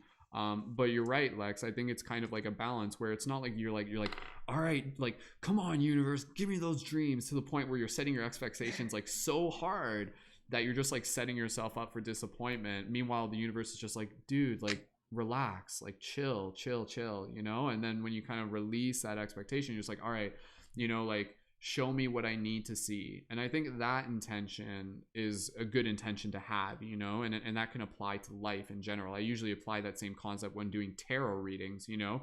And when you think about it, like, dreams are basically a form of divination, more or less. And this is why this is kind of just branching into a whole nother topic here, but if you're interested in learning more about dreams, it's fascinating to look at how cultures in the past placed importance on their dreams, you know. And this is where you start looking at more of like the native and the aboriginal cultures all throughout the world, within different tribes all throughout the world. They would always have like this very deep connection to their dreams. And this is where, again, you know, like they literally have the term like dream time, where they understood that like within the dream time, that's like another part of their existence that is equally as important to this physical reality. And then you would have like the shamans who would literally like, you know, bring forth like wisdom from the dream to be able to share with the community. So at that point, again, it's kind of like this idea where the universe is here to help us, like consciousness like wants to help us. And so when it knows that certain people are kind of open to being able to be conduits or ambassadors, it will send people those messages. And so that's where, like, for us as individuals, there's going to be certain dreams that we have that are going to be very personal, ones that we do not need to share, nor would we be expected to. But then at the same time, there might be certain dreams where they're just like, whoa, like this is actually, maybe there's like a powerful message here that maybe I'll share it during a broadcast or a conversation, something that can really just kind of like bring forth like just like something of value for the community. So again, I think with dreams, I always think that just approaching it from that idea of acknowledging that we are students, and also like to be like a cosmic citizen. This is like this idea of again, kind of be like an ambassador or a bridge for this higher conscious wisdom, is one of the ways that we can approach dreams. But again, as you focus on your dreams, like you're literally doing it in a very you can approach it from this very altruistic mindset, where like as you continue to develop your relationship with your dreams and become more consciousness, you're actually like helping the entire collective by just beginning to, you know, bridge more of the awareness between these dimensions, so to speak. But anyways, we'll keep passing it around. Something about to say about the Aboriginals. Yeah, please, Interesting Jacob, go for it. The dream time. Sorry, Jacob, can you just move the camera back again? Sorry. The dream time was only done during like important rituals, specifically when a member of their community dies, and then they would do this. They would do dancing and singing, and they would have face masks and all this stuff in like costumes. And each ritual would be unique, just like how, because they believed in the dream. Every dream was unique, and it must be filled with creativity and imagination. So hence dancing and singing and music, and to celebrate the transition from this world into, you know, the dream world, basically, the spirit. Fascinating. And yeah, and again, I love the emphasis that the Aboriginal cultures place on the dream space, literally as this dimension where they're just like, this is where we go to commune with our ancestors, right? You know, like that it was literal to them. It wasn't just a theory, it wasn't just like something like crazy, like it was very literal. So again, this is where, again, with dreams, why they're so powerful is that it gives us a chance to literally commune with, loved ones who have passed on, non-corporeal beings, like consciousness that exists in dimensions outside of this one, but is still very, very present. And that's like a crazy thing that just kind of like opens my mind to this idea that, souls who have passed, or like, souls that have passed beyond this physical realm can still be very involved with the ongoing shift in consciousness that is happening here through their presence within the dream space. And I'm sure all of us, probably in some form or another, whether we fully remember it or not, have had those experiences where they've dreamt of a loved one who, has perhaps passed on, or even a pet. I've had plenty of dreams where I've like dreamt of my dogs. And again, for any of those of you in the YouTube chat, please feel free to leave your comments, even just if you feel called. I know this is a very personal topic in particular, but if you have had dreams of loved ones who have passed on that you feel called to share in the chat, please feel free to do that, and we can read it on air, because again, that's incredibly fascinating. So we'll keep passing, talking, stick around, and again, just kind of using the space to explore and offer tips and suggestions and guidance for people who again are open to learning and developing this practice themselves. So so Kristen, Kayla, Lex, or Jacob, Kayla, will pass it over to you. Go ahead, Kayla. So I'm really glad you mentioned the ancestors, because I had the first time I had an ancestor pop up into my dream was within the past year, and I look back on it now and I think it's kind of funny, because I practiced mediumship in the past, and with mediumship, you are not really to talk to like dead ancestors, but more so to talk to like higher beings is what I was using it for. And so with that, you learn to question things differently, so you don't pull yourself out of that alpha, theta brain waves when you're in the astral realms. So within my dream, I was in a living room, and I know it was in like the olden days, because there was this wallpaper, and it was this wallpaper that kind of like had these like paisley designs. They were like silver, and there's a fireplace, and there's this short little lady, and she's up on this ladder, and she's like, Kayla, hey, glad you're here. Like, let's do this. Like, this is the color that I use to manifest things. This is the color I use to clear my energy. This is the color that and she's like painting these strokes on the wall. And it is in that moment, I started questioning things. And I even like tapped into some of that mediumship ability. I'm like, well, who is this? Who are you?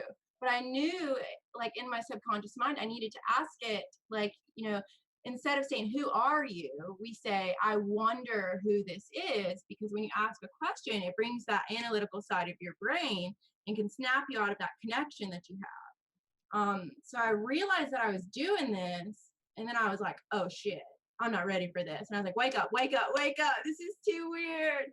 And so after that, like I was telling my story to some of my friends that, I talk about some of these conscious things with, and I realized it was my great grandmother, which is really special. And I have so much gratitude for her coming to visit me, because I'm a Reiki practitioner, and not only did I inherit her DNA as far as like some of her like tiny little feet and some of the other things that she had, but I also inherited this healing ability, because she practiced laying of hands, healing through laying of hands, in a time where it wasn't, really acceptable to do so, along with a lot of holistic medicine.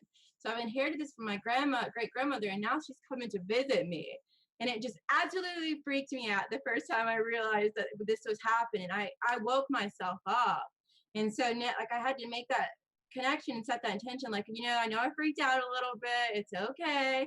I'm ready for you to come back. Now I know who you are, and I'm not going to question things as much. So that was a pretty humbling experience for me. And like it says, they are here with us. Our ancestors are here with us, and they are helping our ascension. They're passing on these gifts to us, and that we're waking up to it. And I'm just so grateful that she was showing me these colors and what they did in this realm. And so I've taken some of that advice and been able to incorporate it into my day-to-day practices as well.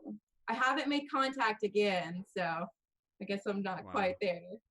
Well, that's beautiful, and again, I think it's one of those things where it's just kind of like you receive what you need to at the time, and then who knows what the future holds, and then there might be like another encounter that will arise when it's ready. But I mean, good for you for like actually taking that and like integrating it into your practices, because like I feel like the ancestors would be like, yes, like they got the message, like success, right? Like that's for the higher conscious souls. Like that's again, I always kind of imagine this scenario where the higher conscious souls, they like put like a lot of intention and work into being able to communicate to us through our dreams, and then when we receive it and integrate it, they're like, oh yes, like mission accomplished.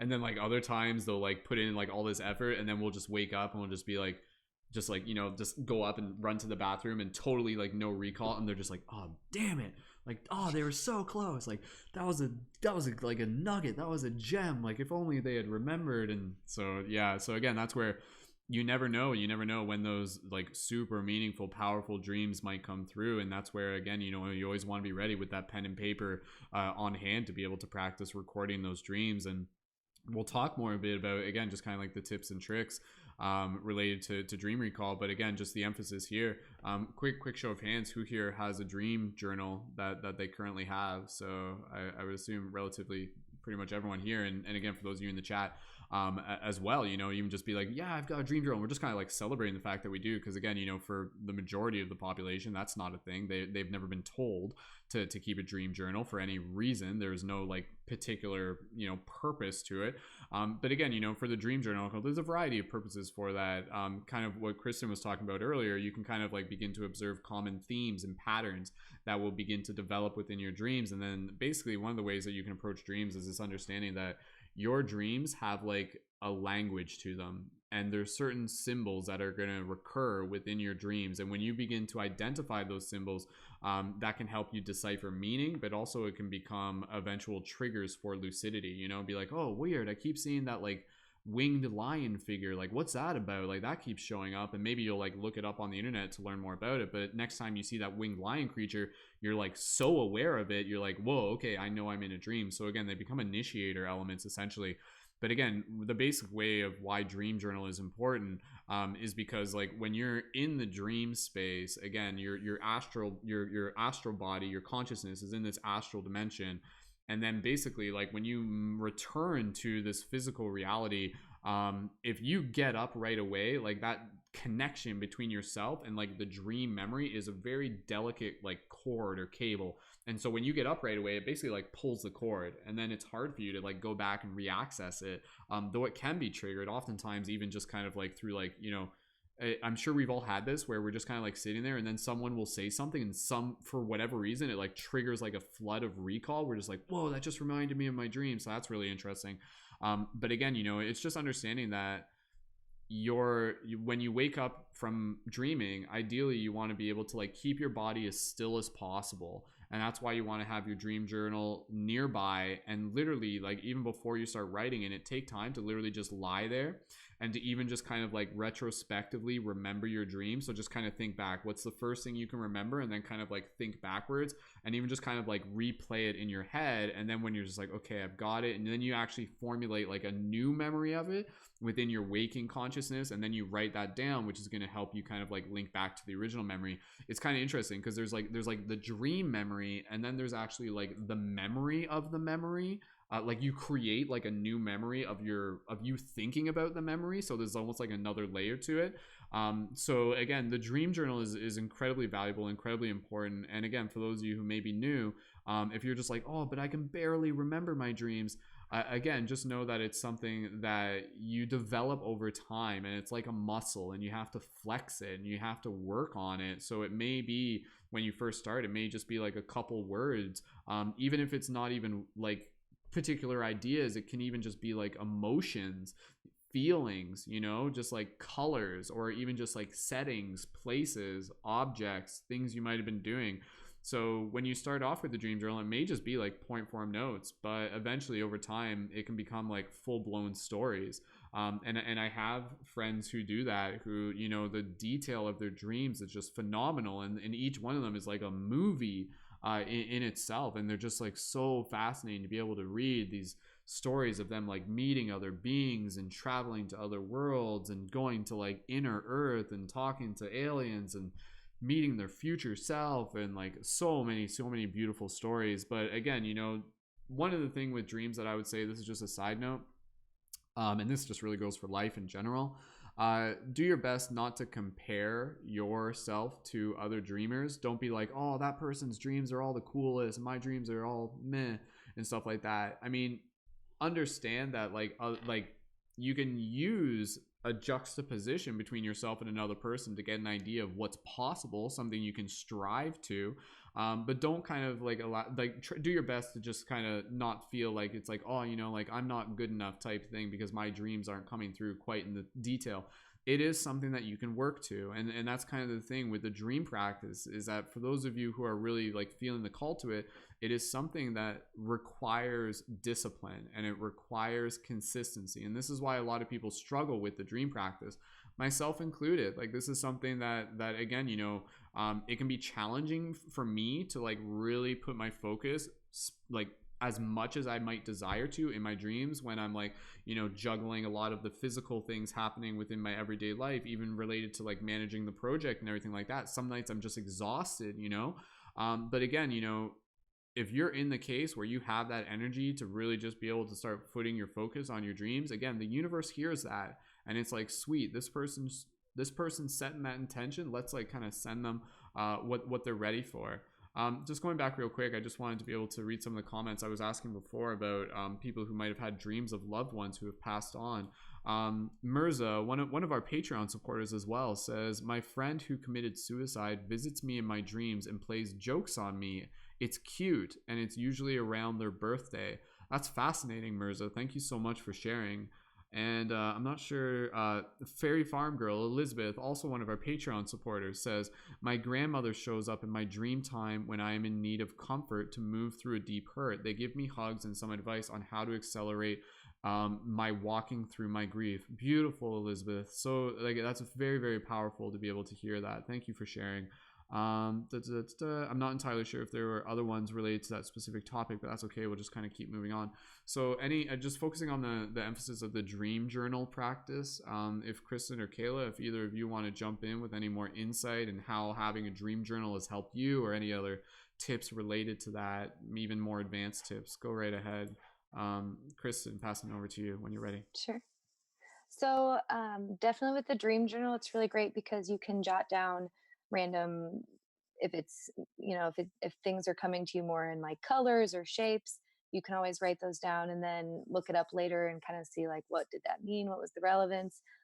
Sometimes if it's more of a storyline or maybe a lesson to be learned, it's kind of nice to be able to write it down just to be able to remember it, because like you said, whenever you first wake up, you just got a very short period of time to get that kind of written down, and then otherwise it kind of just floats off. So really just being able to be consistent and know that you can always learn even in very small ways. So just being consistent and having that there for yourself to access. It's really a tool for you to be able to better understand your own dreams and what's going on inside of them and how you can really grow or share with others. So Awesome. Beautiful. Thank you. Thank you. Well said. And so have you, like, when did you start dream journaling? Was that would have been when you were younger?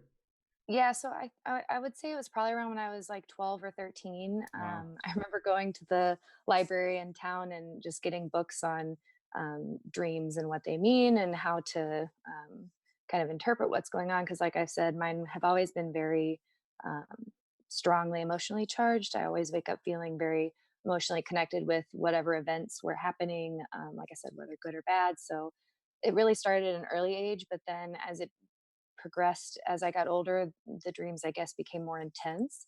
And so, really, journaling became a lot more important because it wasn't so much interesting or fun or cool. It was more of like, hey, there's something here that I need to learn for myself or I need to learn for others. And so, just really um, being able to keep track of that, like I said, really is just a good tool to be able to keep for yourself. And um, yeah. focus. Yeah, yeah, and just having it there, just having it there, even as a reminder, and when you just like Yes. see it on your table next to your bed, you're just like, oh, right, okay, dreams, yeah, Yeah. that's important. So it's like, Or if you have a random thought later in the day, you're like, oh, yeah, wait, that maybe that had to do with that dream. You can even write it down during the day too. I know there's a lot of times I've gone back and like reread the story and tried to better understand, like, hey, oh, mm, this was something that I missed, So it's always kind of like, especially if you're really actively trying to remember your dreams, you do tend to have like little snippets come back throughout the day. So yeah, just being able to put that story complete, because if you're not paying attention, sometimes you might miss really important messages. So mhm. you get chopped up bits and pieces. You're not getting the whole story, so you might not be able to process it correctly. So Yeah, yeah, and again, and even for for the dream journals, one of the things that you can use them for is literally even just to like write out intentions before going into the dream. So like I know some people do it like that, where they'll literally like maybe write a question that they might have before entering into the dream space, and then like you can literally do it that way. You like write a question and then you like leave a spot for the answer, and then you kind of see what comes through. So again, that possibility is there within the dreams. Again, it's crazy to literally just think that, you know, if you were to just kind of imagine dreams at like their highest capacity, if you were just like a fully awakened master, so to speak, which in some ways we all are, we're just remembering that we are. And in that practice, what would it be like? It could literally be this thing where there's just like this super kind of like clear form of communication, and they could be like, okay, like here's my question, go into it. And it would almost be like, you're going into the dream, and it's like you're like going into like the spiritual version of Google, and the universe will kind of like give you an answer based on like a collective of resources and everything. So yeah, there's a few ways in which we can use a dream journal. And again, even just being able to this is a simple tip but obvious, for those of you who are keeping a dream journal, have it as a separate journal. So if you have like a day journal or just like a journal for just like random notes, have a separate journal for your dreams that way, so it's like it's easier for you to manage, and it's just again like that little extra step of intention.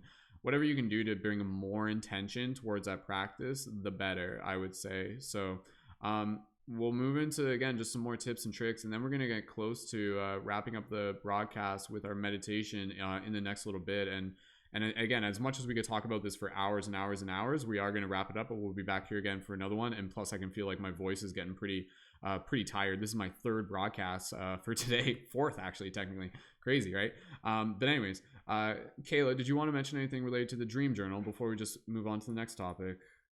Yeah. I just received a download, and I don't know who needs to hear this, but I encourage you to go through these dream journals you're keeping and go back through them from time to time. And you'll be able to see, in a much clearer light at some point, and be able to relate to something that was going on in your life at that point, or be able to look back and be like, oh, this had to do, like this happened, the next month, maybe that had some connections there as well. I think it's a very powerful tool to be able to go back and see some things that you might have missed, initially in the dream, because it is this connection to the higher realm. And sometimes they're not, we wake up and we're like, what was that? And then a month later, we're like, oh, that's what that was. Yeah. Like for me, like I'll share this. I have a lot of signs come through in my dream, and there was an ex-boyfriend, and I kind of always had these dreams that he was being shady behind my back, and I should have paid a lot more attention to that, because when it came down to reality, I was able to look back on those and be like, oh well, these are real situations that came to fruition almost. And just pay attention, because like I said, from my personal experience, I wasn't paying attention to my dreams until I, basically flipped the stove. So we are Flip the stove. I they're feel very like important. it's And like I don't know how to stress that anymore. And I don't know who needed to hear about the reviews, but I think I'm gonna do that as well. Take some time to do that as well. I like the idea of like flipping the stove being like some sort of figure of speech now. You're like, it wasn't until I flipped the stove. You're like, what is she talking about? What? Oh, dreaming. Oh, okay. Yeah. So that's funny.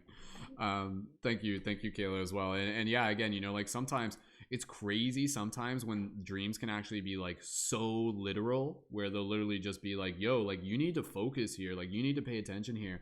And then sometimes if we're not fully conscious, it'll just be like la la la la la do do do do do, and the dreams are like, pay attention, like we're sending you a message, da da da da da da. And then suddenly it happens in your reality, and then you're just like, oh yeah, like now I get. But again, it's kind of this process of like, once you get the lesson, then you don't have to repeat it. And then sometimes you go through that where it's just like in retrospect, you're like, whoa, now that I realize that the dreams were sending a message, I'm going to pay attention even more in the future. So again, like that's the thing, when you're working with your dreams, it's actually a way to be able to develop more grace within your reality, because basically the dreams can almost be like giving you information about the future before it arrives. It can help you with decision making process. And so if you're paying attention there, the dreams are basically saying like, yo, we're giving you the data you need to help you with this decision making process. You can figure this out, like here's what you need, opposed to just kind of ignoring them, going through and then having a backstep, so to speak. So yeah, there's a lot of different ways in which, again, the dreams are here to serve you. Like the dreams literally are your higher self in many cases, here to be able to assist you and to give you that like recon, that foresight, in terms of how to be able to navigate the lessons to come. So okay, we'll move into some more just like tips before we wrap this up. One of the things I was just going to mention before we forget, another very, very worthwhile thing to mention is the idea of cultivation of energy, in particular cultivation of sexual energy. This is very important in relation to dreams. Something they talk about a lot within like the Eastern and esoteric practices, for males and for females. And obviously I can only speak from my own experience of being a male. But again, basically this idea of like the energy that we cultivate through our sexual organs within our testes or our ovaries for females, this energy literally like moves through our body as vital, like into the vital, like it moves as vitality into the rest of our body, into their organs, but also into our energetic body. It's almost like charging up a battery. And so again, if we're taking that and we're constantly discharging it, we're constantly like spilling our cup, so to speak. And again, I'm not saying that there's anything wrong with like orgasms and ejaculation, but it's all about moderation and just understanding that within the practice, when you cultivate that energy can actually be used to be able to focus more on your dreams, to be able to move that into being able to enhance your awareness within dreams. So this is where like, even related to astral projection, based on some teachings, they'll basically say that like in order to be able to like fully astral project, which is again basically, we haven't talked about too much on this broadcast, we probably won't, but basically again this idea where like if you like go into a deep state of meditation, you can literally like project your consciousness outside of your physical body to be able to like navigate this physical dimension, but then also to be able to move into dimensions beyond it. Within some teachings, they literally say that like in order to be able to do that, it requires the cultivation of the sexual energy, because that sexual energy, it's almost like crystallizing the etheric body, the astral body, the energetic body. So again, for those of you who may be new to the dream practices, I would just encourage you to keep that in mind. But again, that practice of cultivation of that energy is just going to help overall vitality, overall willpower, overall decision-making process. So even just the practice of cultivating that energy is just going to help you get more aligned with being like, okay, like I'm showing up for my dreams, like I'm making this choice, and then you follow through with that willpower. But again, everything I say, it's really not just about like doing and doing not, it's more about just developing a healthy relationship that works for you. Kayla or Kristen, do you guys have anything to add on to that? Again, I'm open to it, otherwise we'll just keep moving along. Otherwise, that's totally fine. Kayla, yeah, go for it. I just want to second, and really back that up, what you said, the cultivation of that energy and not, unconsciously letting it go. And then, even as you've mentioned before, just being aware of that, and then touching a little bit on the ancient Egyptian practice. This goes back a long time. This goes back a long time. They were doing this. They were more aware of that energy than most of us will ever be in this lifetime. So that is one of the most important things in, a spiritual practice, is not letting that energy, that massive release of energy, slip away from you, not just with dreams, but everyday life. It can really take a toll on you. Yeah, totally. Yeah, like absolutely. Again, like once that energy is like really kind of, cultivated and worked with, like it will enhance your dreams if the intention is there, and it will help you remember your dreams. It will help you achieve lucidity as well. Yeah, so powerful, just like overall. Again, and for those of you who may be new to that, just take it very gently with yourself, explore it, see what it feels like, work on it, repeat. But yeah, just again, like this is where this type of knowledge that we're talking about here, I've never seen anything about this on the news. Like, I was never taught this in school. They never taught me about the importance of cultivating this energy. They never taught me about dream journal. They never taught me about metaphysics and consciousness. So again, we're learning things that maybe, even for those of you who are tuning into this may be the first time that you're hearing this, but it's never too late just to begin, reclaiming your power. And that's essentially, again, part of the intention of this broadcast is literally about reclaiming our sovereignty, reclaiming our power as, again, conscious beings, being able to tap into more of our multidimensional awareness and our multidimensional identity. And again, part of that identity is our ability to be able to consciously show up for those dream practices as well. Kristen, did you want to add in anything related to that topic? I wanted to say earlier about intuition in your dreams. I know sometimes like your intuition definitely does show through your dreams, but do know too that sometimes don't read too much into things, because everything has it's not a concise meaning. So definitely, like, for example, let's say you're concerned about significant other talking to somebody else, and so you have a dream that your significant other is talking to somebody else. It could just be your subconscious worries impacting those dream spaces as well. So sometimes, yes, it absolutely is intuition, but sometimes it could just be your own worst enemy talking to you. So yeah, that was all I had to say on it. Absolutely, that's a very good point. And that's where, again, with dreams, understanding kind of like the dynamics of how dreams work, it's very complex in its own way, in terms of the dreams, where like sometimes what you're seeing in front of you may be something like which you can interpret very literally, but then other times what you're seeing is actually more of like a projection of something that is internal, and that's where, again, like even within dreams, like, and this is stuff based on, again, like Gnostic teachings will basically explain this to you, where like the majority of the characters who you meet in dreams are like projections of you. They're not actually like really conscious. Like they're actually more just kind of like it's weird. I know it's hard to explain, but yeah, they're projections of something inside of you. But there are times where you'll meet another character in a dream and it actually will be like a conscious being. It will be like its own consciousness. So a lot of, and kind of with what Kristen's saying, a big part about the dream practice is actually being able to develop discernment, being able to develop like what was I looking at there in my dream, and should I interpret that literally, or should I see that from a more emotional level? Because you're right, like usually within dreams, that is a great place for us to become aware of like unresolved like uncertainty and fears and past traumas and things, and absolutely, like I've had conversations about that, like with my own girlfriend, just like in conversations, not necessarily about like us, but just in the past, and even for myself, I've had those dreams where it's like, yeah, like kind of, again, going back to what Kayla was saying, these dreams of, again, like a significant other like cheating on you and stuff like that. And then when I've awoken from those dreams, opposed to just like kind of like thinking of it literally, it was more so the choice to be able to observe that and to be able to focus on the importance of being able to understand that like trust and clear communication is something very important to me. So there's a couple different angles that you can choose to see it from.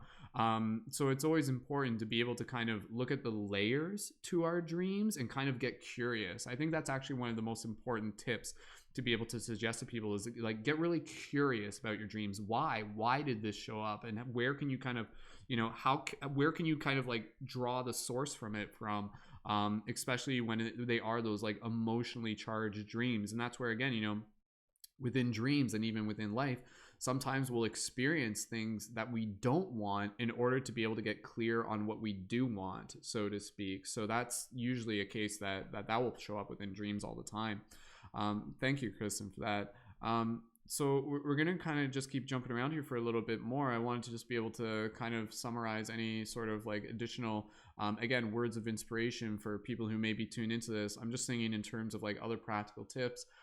Again, meditation is obviously one that we always want to be able to acknowledge, because like meditation is a practice of being able to like relax the mind and also being able to focus the mind as well. So this is where, you know, how you fall asleep is actually very important to the dreams that you'll incubate. So again, if you fall asleep with like Netflix on in the background and you just kind of like watch it until you just pass out, that's going to be a little bit different opposed to, you know, like turning off your technology, putting your phone like on the other side of the room, setting it to airplane mode. That's actually very practical too. Like set your phone to airplane mode that way, so like the EMFs aren't interfering, which is a whole nother thing in itself. Like that, you know, like do EMFs affect our consciousness? Like yes, in some way. And do they affect our dreams? Yes, in some way. This is why, you know, if you were to go like dream in the middle of a city and then suddenly go out camping and then practice dreaming there, you'll find that like your dreams will be different. Again, like there's less noise, there's less interference. It's kind of, again, it's kind of like this like science that we don't really have a way of fully being able to explain yet, but it can still be experienced. So again, you know, just the practices related to how we fall asleep, and using something such as meditation to be able to kind of like fall asleep almost in like a meditative state where you're kind of like intentionally just being aware of the breath, and even just kind of like doing this process where you're just kind of like beginning to imagine things within your imagination that can kind of like segue into the dream. For me, growing up, there was always kind of like a scene that I would play out as I was falling asleep, where basically like I would imagine myself like with like wings, like almost like angel wings, and I would imagine myself kind of like diving off a cliff. It was almost like a scene that was inspired by like an anime that I used to watch back in the day. But what I would focus on is I would focus on like feeling the wings like with as much detail as possible. Like I would feel like the muscles of them, if that makes sense. And I would just kind of focus on that, and I would just kind of like imagine myself kind of like flying, and I would just kind of like keep doing this with as much detail as possible, much like the meditations that we do in the morning, where we're flexing that detail through our senses. And then from there to just kind of like transition into the dream. And then sometimes I would kind of transition where the dream would kind of be a continuation of the meditation. So there is this idea of kind of like wake induced lucid dreaming, known as the wild technique, where yeah, you're literally like focusing and drawing out the scene, and that's where the meditation comes in play. And then you kind of like segue into the hypnagogic, into the alpha brainwave, and then the dream kind of continues from there. So again, meditation is very powerful just for being able to clear the mind before we go to bed, just being able to bring awareness to the breath, relaxing the nervous system, decompressing, and again just getting into this place where you're just like, okay, like I am ready to receive, show me what I need to see type thing. So yeah, again, dream journal, meditation, being aware of food, cannabis, things that we're ingesting that will affect our body physiologically, cultivation of energy, lots of other more advanced techniques in terms of like reality checks if you're starting to get more into the lucid dreaming side of things. But those are kind of the four most important ones, like the dream journal, the meditation, and again just being aware of like substances and stuff like that. Cultivation of energy is important too, but not the most important depending on how you're approaching it. But the other one I'll just say real quick, and then we'll just pass the talk and stick around, that's very important, is community.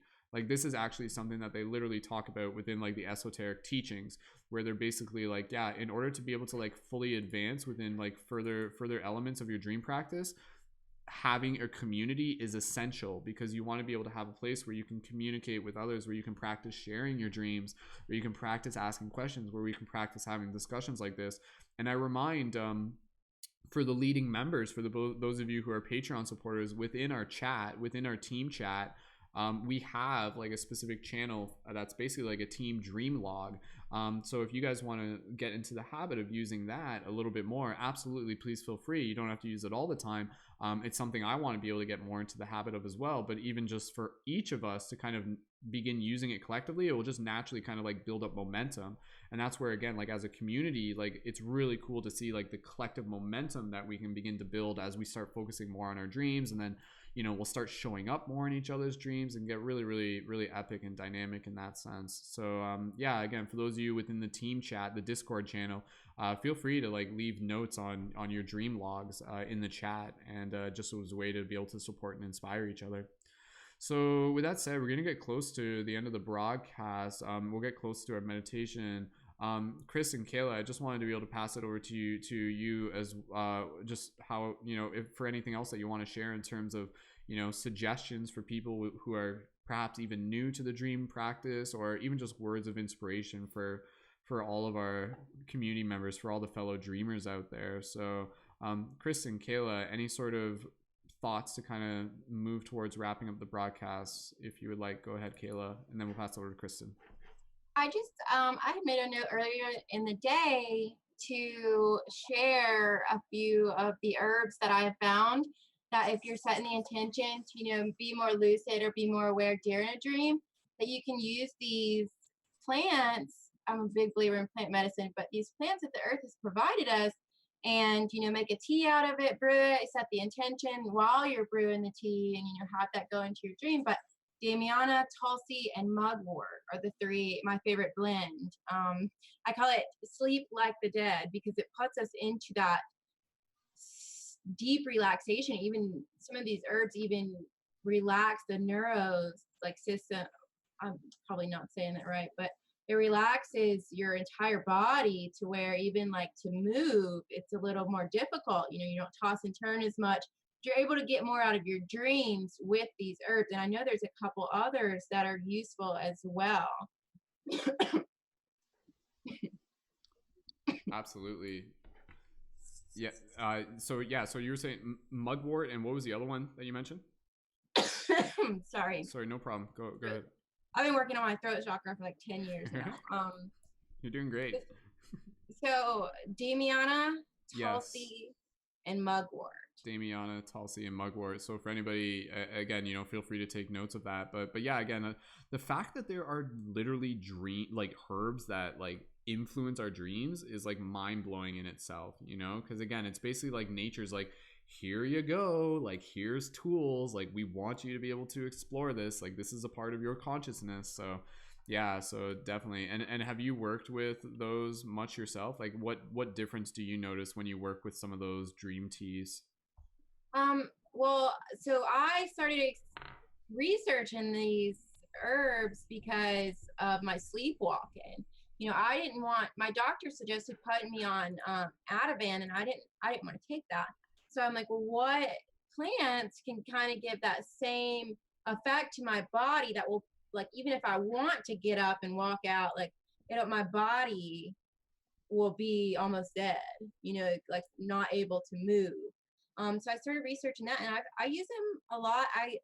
Another one I want to bring up is Ghost Pipe. Is a really powerful extract that can be found. I was actually gifted my first one by a dear friend of mine, but it's a flower. It's almost translucent. When you extract it, it's this deep purple color, and you can use that to connect as well. I've tried to use that during full moons when the energy's, you know, at its highest peak. I've had a lot of really powerful downloads from the Ghost Pipe.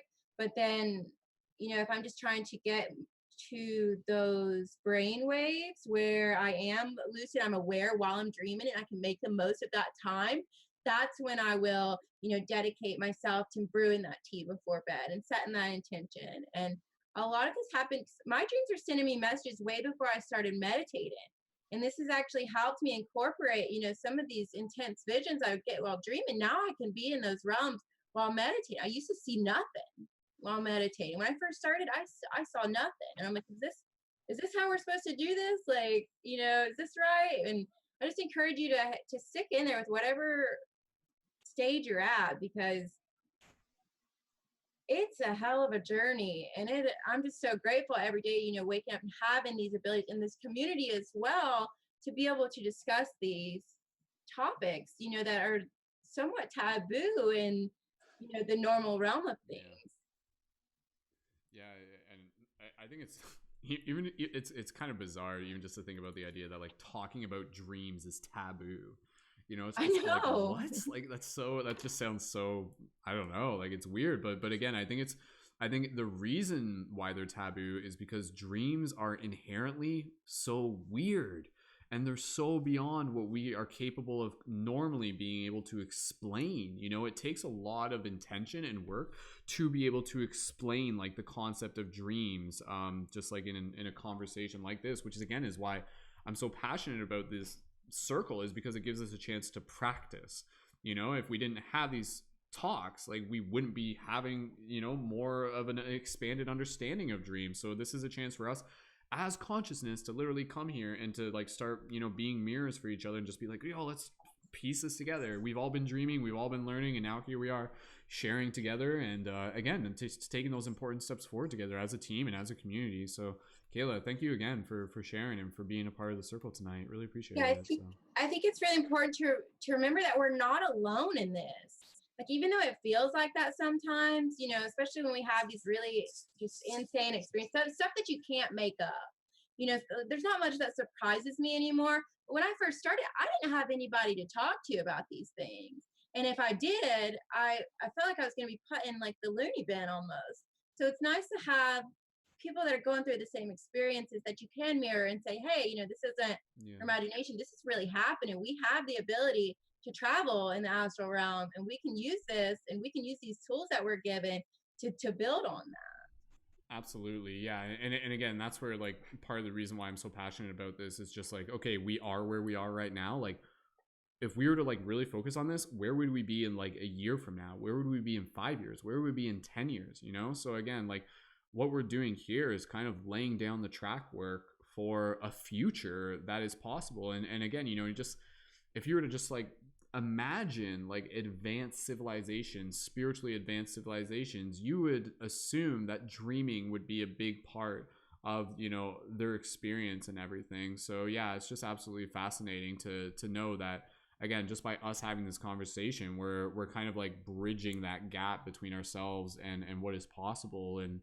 again, I think that like dreams are like this like new frontier. You know, it's almost like the wild west, where not a lot of people are tapped into it, but for those of you who are starting to explore it, like you are the vanguards, you are pioneers. And again, we're bringing back this wisdom and this knowledge as well to be able to share it with community and to like, you know, return from these otherworldly places and be able to be like, you know, like this is there, this is out there, this is possible. And again, it's all in here as well. So that's what being a multidimensional being is about. It's being able to understand that through this body, this interdimensional vehicle that we have the capability of accessing these dimensional spaces, and through these spaces we can communicate with other beings, we can learn about our past lives, our future lives, we can connect with ancestors, we can receive information from the future, we can practice creating, we can practice tapping into more of our ability as conscious creators, and we can bring that back as inspiration to be able to show up and to continue to awaken within this dimension. And so that is a big thing. So as we continue to awaken within our dreams, inevitably it also helps us awaken here and now within this dimension as well. So awesome. Kayla, thank you so much. Go ahead. We'll pass it over to you. I just wanted to touch on this because I feel like, you know, in essence, my dreams is what helped me with meditation. You know, like at the beginning, I'm like, I don't even know if I'm doing this right. Like, I'm not seeing what they're saying to see, you know, I'm seeing this completely different. And I think it's very important to know that whatever you are seeing in your dreams or in meditation or whatever experience you're having is exactly what you are supposed to experience in that moment for yourself. Yeah. We are the same and we are all connected, but we're having our own experiences, and not the comparison can really drag you down. So just know that whatever experiences you're having, you know, is what is meant for you in that moment. Absolutely. And there's always more. So again, I think when you know that like your intention is kind of like what's setting the sail here. So again, for those of you who may be fairly new to a lot of this dreaming journey, like you are just getting started, and like any journey, it's gonna kind of have like, you know, like ups and downs, waxing and waning. And for many people, you know, there'll be periods where they'll be like really focused on their dreams, and then other periods where maybe less so. But again, just knowing that is there, that is possible, and it is just inviting you to be able to explore it deeper. And again, through dreams, it's an opportunity for us to be able to connect with more of ourselves. You know, that's one of the ways that I simplify it. This is a chance for us to be able to connect with like kind of like our higher self, our 50 consciousness and integrate it into this 3D body and continue to just show up. You know, it's an interesting thing to just kind of like walk around in the 3D reality and just and in your heart and through your own experience, just know and just be like, okay, like I know that I am more than this, but I'm still like very present in this moment. So again, it's like every single night within our dreams or whenever you're napping, even on, you know, the middle of the day, like it is a psychedelic ceremony. And when you really approach it with that sacredness and that reverence, like that will really give you the opportunity to receive the gifts and the medicine that it has for you in this moment. It's a very sacred thing. And so again, just inviting everyone to really begin seeing their dreams in that, through that lens, and just getting excited about the ways that they can deepen their relationship with dreams. So cool. Kayla, we're going to get close to just moving into our closing meditation here real quick. Is there anything else you just want to mention for all the other dreamers tuned in right now? And thank you again for being a wonderful voice to the conversation tonight. I think I'm good. You know, I just, you know, really for me, this is such a personal class, and I'm so happy to be here and to be able to experience this, because dreams are where it all started for me, you know, and then that kind of came into my 3D life. Okay, you're supposed to be doing things here. And then I was able to, you know, take these steps. And now, you know, in meditation, I can visualize like so quickly. I'm able to drop into that space. So just don't ignore your dreams, and don't ignore any of the messages. You know, I want to touch back on, you know, fully being present when we are talking with other, you know, people throughout our day, you know, coincidences, numbers, synchronicities. Like, start listening to those, start paying a little more attention, and see where that takes you. Absolutely. I love that. So awesome. Kayla, thank you again. It's been an exciting class once again, and thank you to those of you who have been here, who have been tuning in either live or in the future. Again, literally just by you tuning into this broadcast, you're literally, again, just kind of like bringing in more of that alignment and intention, where you're telling the universe like, hey, I'm interested in this topic, I'm interested in learning, I'm interested in developing this practice. So kudos to you for taking the step just to be able to tune in for this conversation. And again, I encourage you to, you know, look up more about this topic, listen to other podcasts, learn more from other people on YouTube and everything like that. There is an infinite depth of resources available for you for this topic. So it really just comes down to your own personal choice in terms of focusing towards this intention. So beautiful. All right, we're going to move into our meditation. So again, this meditation is basically focused around this idea of arriving at what we refer to as the dream tree. And so again, this draws back to the idea that within dreaming, again, it's a chance for us to actually be able to have shared dream experiences. We didn't talk too much about this broadcast, but again, it's something that is worth exploring again in future discussions, where it's like, what happens when two people are able to kind of like arrive at a single location within the astral realms consciously through their dreams, and then, you know, theoretically even be able to awaken it to the next day and be like, yo, like I saw you there, did you see me there? Like, oh my god, that happened. Like, that can happen, that has happened. I've had a few experiences like that. I know other people have had experience like that, but again, the possibility's there, and the possibility of that, it makes it what is worth, you know, striving for and working towards. So again, what we're doing here, I'm just going to invite people to start getting comfortable for the meditation, and I'll guide you through it. So even just set your space up as I'm explaining this. For those of you who've been here before, you know that we do this at the end of every dream class. The practice that we're going to do here, we're going to imagine ourselves in a field, and then off in the distance, we're going to see this very magical tree, the same tree that you actually see like in the cover photo for this broadcast on YouTube. And so this tree is basically like in this field, and in this dimension, you can almost imagine the sky being like almost like space. It's like nebula, where it's like it's not really nighttime, it's almost like daytime, but the space, like the sky is like filled with like beautiful galaxies and everything. So very dreamlike in its own way. And what we're going to do, we're going to visualize ourselves floating towards this tree and focusing on it with as much detail as possible.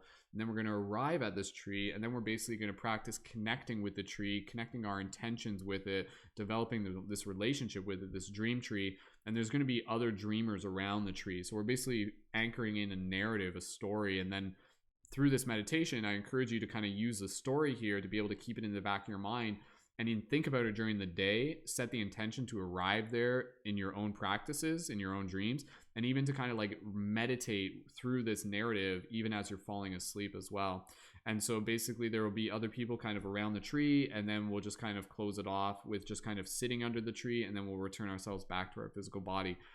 The other thing worth mentioning is that above the tree, this is like going way back to when we first started doing this, you can imagine like the paradigm shift sigil above the tree. Give me 2 seconds here. I just want to grab the button so I can show you. For those of you on video, I'm just holding one of the buttons of the paradigm shift sigil. So this sigil, this symbol that we have, this is like the sigil that like is encoded with the intentions of the community. It's about, you know, like focus and intention. This symbol, this sigil, which looks like a star or a compass almost, you can imagine this almost like floating above the tree, and it's kind of like sending out a pulse, sending out a signal. It's like a beacon or like a lighthouse that kind of calls forth the other dreamers. So you can visualize that as well. So with that said, I'm just inviting everyone to get ready for this meditation. So just encouraging you to, even if you just want to like turn off your lights and allow yourself to get nice and comfortable, get a drink of water. This will only be maybe like a 10-minute meditation. It won't be too long. And thank you again to the other people who are on air. For those of you listening in the future, check the YouTube info for links to the featured creators on tonight's broadcast. For example, for Kayla, you can find Kayla at Ethereal Energy on TikTok. And you can also find Lex was BB Witchery, and Kristen, I have to double check because I know she just changed her TikTok. But again, if you're listening to this live, check back on the YouTube info within 24 hours for updated links for the creators featured within this broadcast. Kristen says thank you again. She was actually it looks like her phone just ran out of batteries, so that's why she had to jump out. So thank you, Kristen. Thank you, Lex. Thank you, Jacob. Thank you everybody else who's been a part of this conversation. And again, for those of you tuned in on YouTube and into the future, thank you so much for being here and for adding your intention to this practice as a community. So with that said, let's move into this closing meditation, then we're going to wrap up this broadcast. So okay.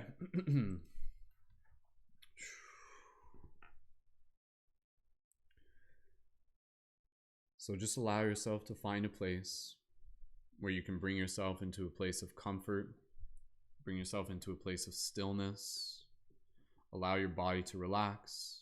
Even if you wish, you can even choose to lay down while listening to this meditation.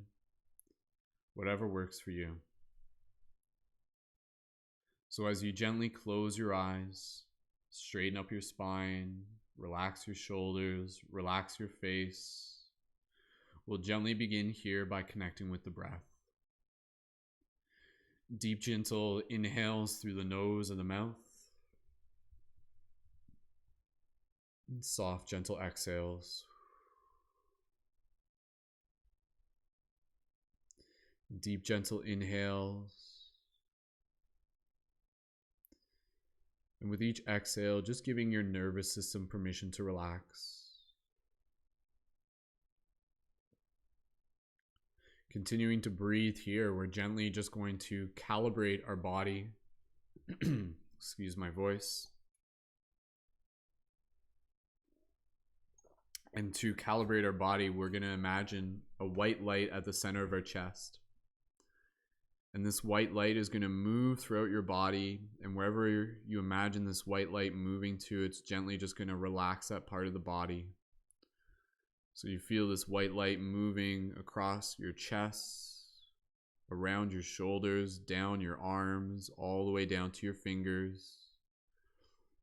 Feeling this energy, visualizing it move through your torso, your ribs, your hips, past your groin, your thighs, your knees, all the way down to your toes, allowing those parts of the body to relax. Feeling this white light, this warming, relaxing energy moving up through your spine, straightening up your spine even just a little bit. Feeling it move through your face, the back of your neck, all the way to the top of the head. So just taking a moment here to just breathe into this moment. And from here, we'll slowly focus on turning our attention inwards. So in this moment, imagine yourself in this field at a distance from the dream tree. And standing in this field, you can feel the texture of the grass beneath your feet. And this grass is a little bit higher up, so you can actually even like touch it with your fingers. It's almost like waist high grass. So just feel the grass between your fingers right now, allowing your senses to just bring you into this moment with as much detail as possible. You look and you see the tree off in the distance, and it's this beautiful, magical tree. Imagining it with as much detail as possible, seeing an aura around it, these beautiful colors like purples and greens and golds, a life force just pulsating through it. And above the tree, you can see the paradigm shift sigil floating there, pulsing like a beacon. And so in this moment, I want you to imagine gently lifting your body, floating your body into the air with ease, as if there's like a helium balloon expanding within you. And through the will of your focus, move towards the tree simply by focusing in that direction. And you feel your body moving through the air. And as you do this, take a moment to look up at the sky. You see these like galaxies in the sky. It's just absolutely beautiful. And as you bring your attention towards the tree in front of you, as you slowly come closer to it, you can see other people gathered around this tree. Other people gathered in community, in ceremony, and celebration. People dancing, giving massage, working on art, sitting in circle, doing martial arts, yoga, having conversation.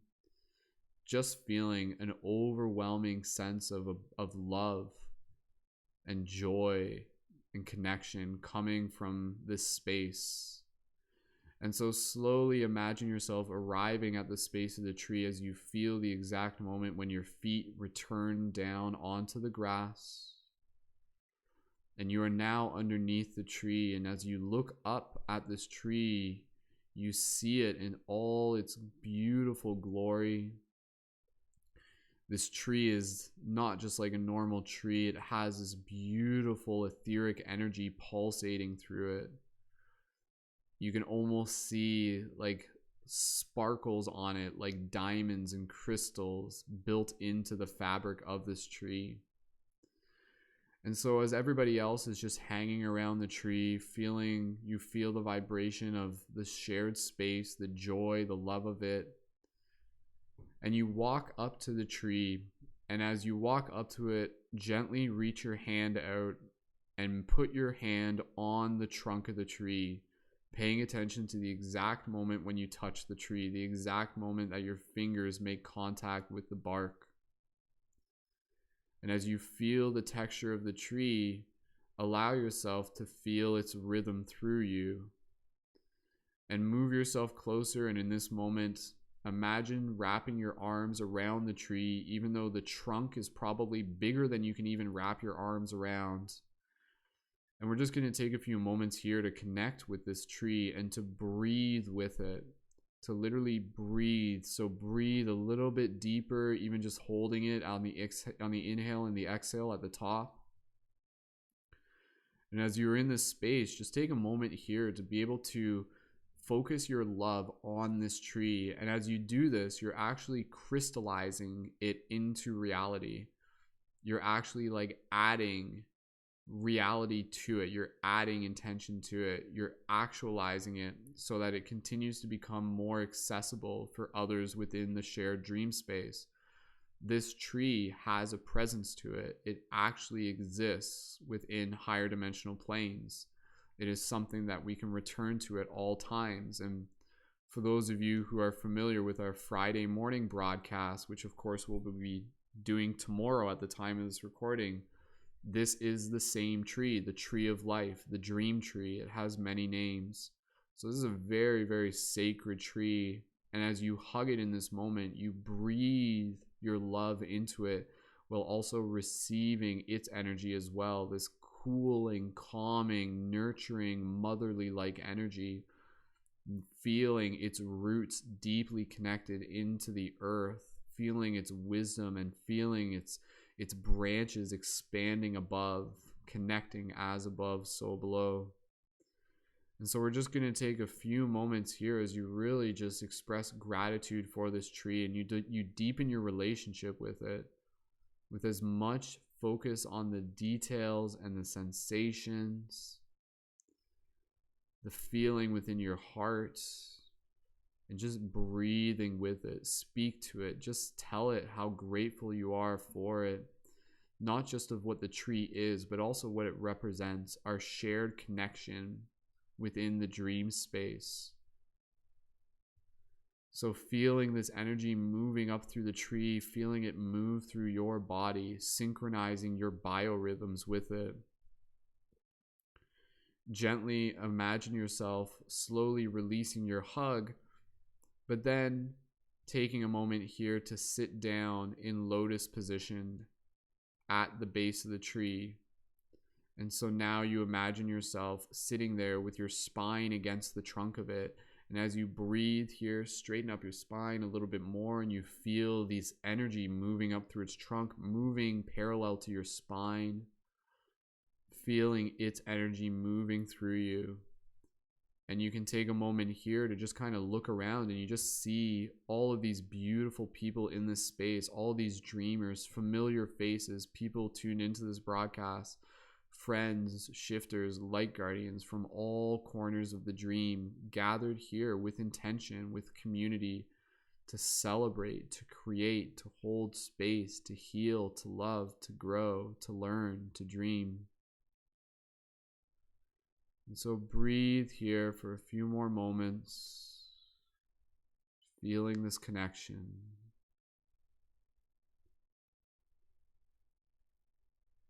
Beautiful.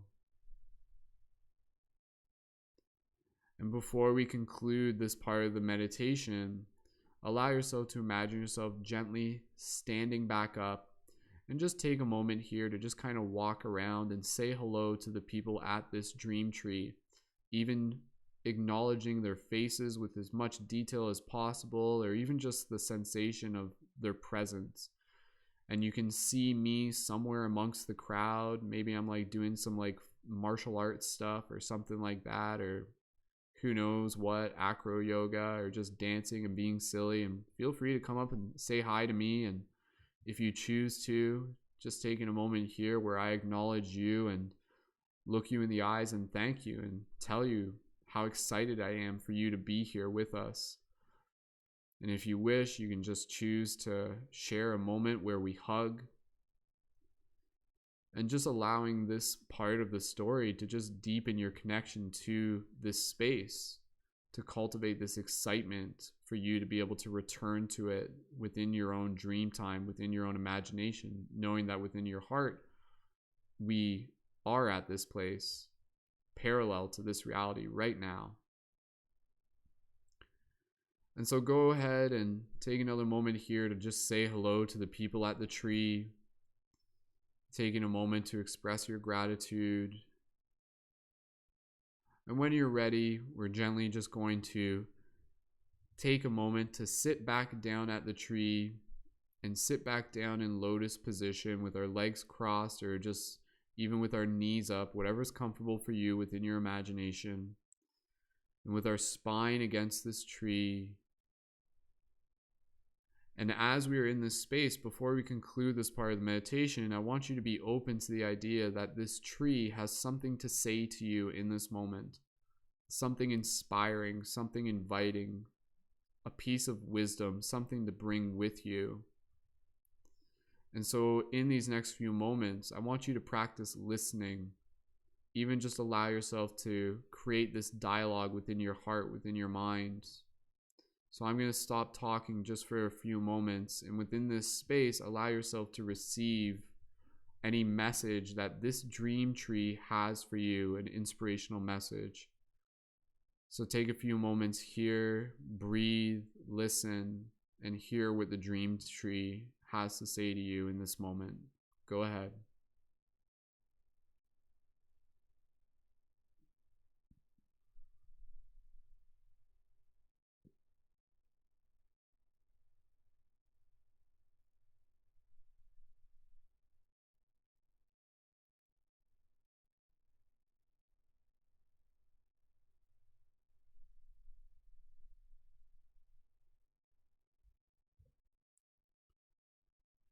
Beautiful. And so as you carry this moment in with you in your heart, we're slowly going to begin to prepare to conclude this part of the meditation. But before we do that, remember what this space feels like. Remember the emotional presence that you associate with this space, feelings of joy, excitement, love, anticipation in terms of what it is that we will create here, how we will use this space together, what will be cultivated from it. So allowing this feeling to be associated with this memory, this moment, this idea. And from here, with your spine still against the tree, feeling its energy moving through you, we're slowly going to bring awareness back to our physical body while holding the intention of returning to this tree, returning to this space within your practices, within your dream. So set that intention within your heart and carry it with you. And so as you continue to breathe here, take a few more deep, gentle breaths. Gratitude for this moment, gratitude for the team, gratitude for the community. Gratitude for our ability to become aware and to share this space as dreamers awakening within the dream. And slowly, we'll bring awareness back to our physical body. And when you're ready, you can gently begin to wiggle your toes, wiggle your fingers, and when you're ready, gently open your eyes and return your awareness to the space around you.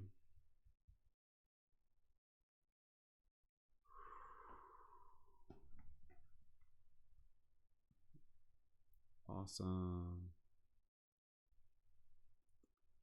And gradually take your time. Welcome back, everyone. Grab a drink of water if you need it. Good job, good practice. So again, even just by that, by us collectively putting our focus there, it like helps actualize this tree and this connection that we are cultivating with it. So again, for anybody here, I invite you to carry that intention with you into your dream practice. The idea of being able to arrive there. You can even write it in your journal, be like, okay, I'm going to visit the dream tree, or like see you at the dream tree. And even within our chat, for those of us within the community, you know, like we'll verbalize it. We'll be like, yeah, see you at the dream tree tonight. So again, let's keep setting that intention, and let's keep showing up with you know, each and every single day to be open to what's possible. So please feel free to leave your comments in the chat for those of you who are still tuned in live on any of the platforms, just with any feedback or even just gratitude you'd like to express for the team, for the community, or even just for that meditation. We're going to wrap up the broadcast in a minute. Kayla, I'll pass it over to you, even just to be able to give you an opportunity to just share how that meditation was for you. And then from there, we'll conclude the broadcast. So Kayla, would you like to share anything? How was that meditation for you? Any particular visuals or sensations? Anything? Go ahead. Yeah. The one thing I wanted to share and see if anyone else, you know, might have had the same experience is when, you know, we reached out and, you know, made contact with that tree. It was almost like these like elemental beings were all around us, you know, like it sounded like little elves and fairies and that super high pitch, and they were cheering us on. And that was such like a unique experience, because it's almost like, you know, yay, like we're on the right path, like keep doing the good work, like it is making a difference. And that's kind of what the tree said to me, you know, when I asked for my message was, you know, I got keep going, just keep going, Right. Yeah. no matter what, just keep going. You know, I know things have been hard lately, but at the end of the day, this is, you know, a practice. Don't be so hard on yourself, and know that, you know, sometimes we do get distracted from our spiritual path, or it can get clogged, you know, as I mentioned in my dream that I shared tonight. You know, I said right there, you know, my path is clogged, but that's what I got from the truth. Just keep going. You're on the right track. And the cheering was so so funny, comical almost. Like they were laughing, like hee hee hee hee, like these tiny little things. It was pretty trippy, but yeah, that's like confirmation for me. You know, when I get the chills or anything like that, it's, you know, you're doing the good work. And thank you, of course, Brendon, for cultivating this space. And I hope that you continue to put the work in, know that it's not going unnoticed. Thank you as well. And that's actually cool.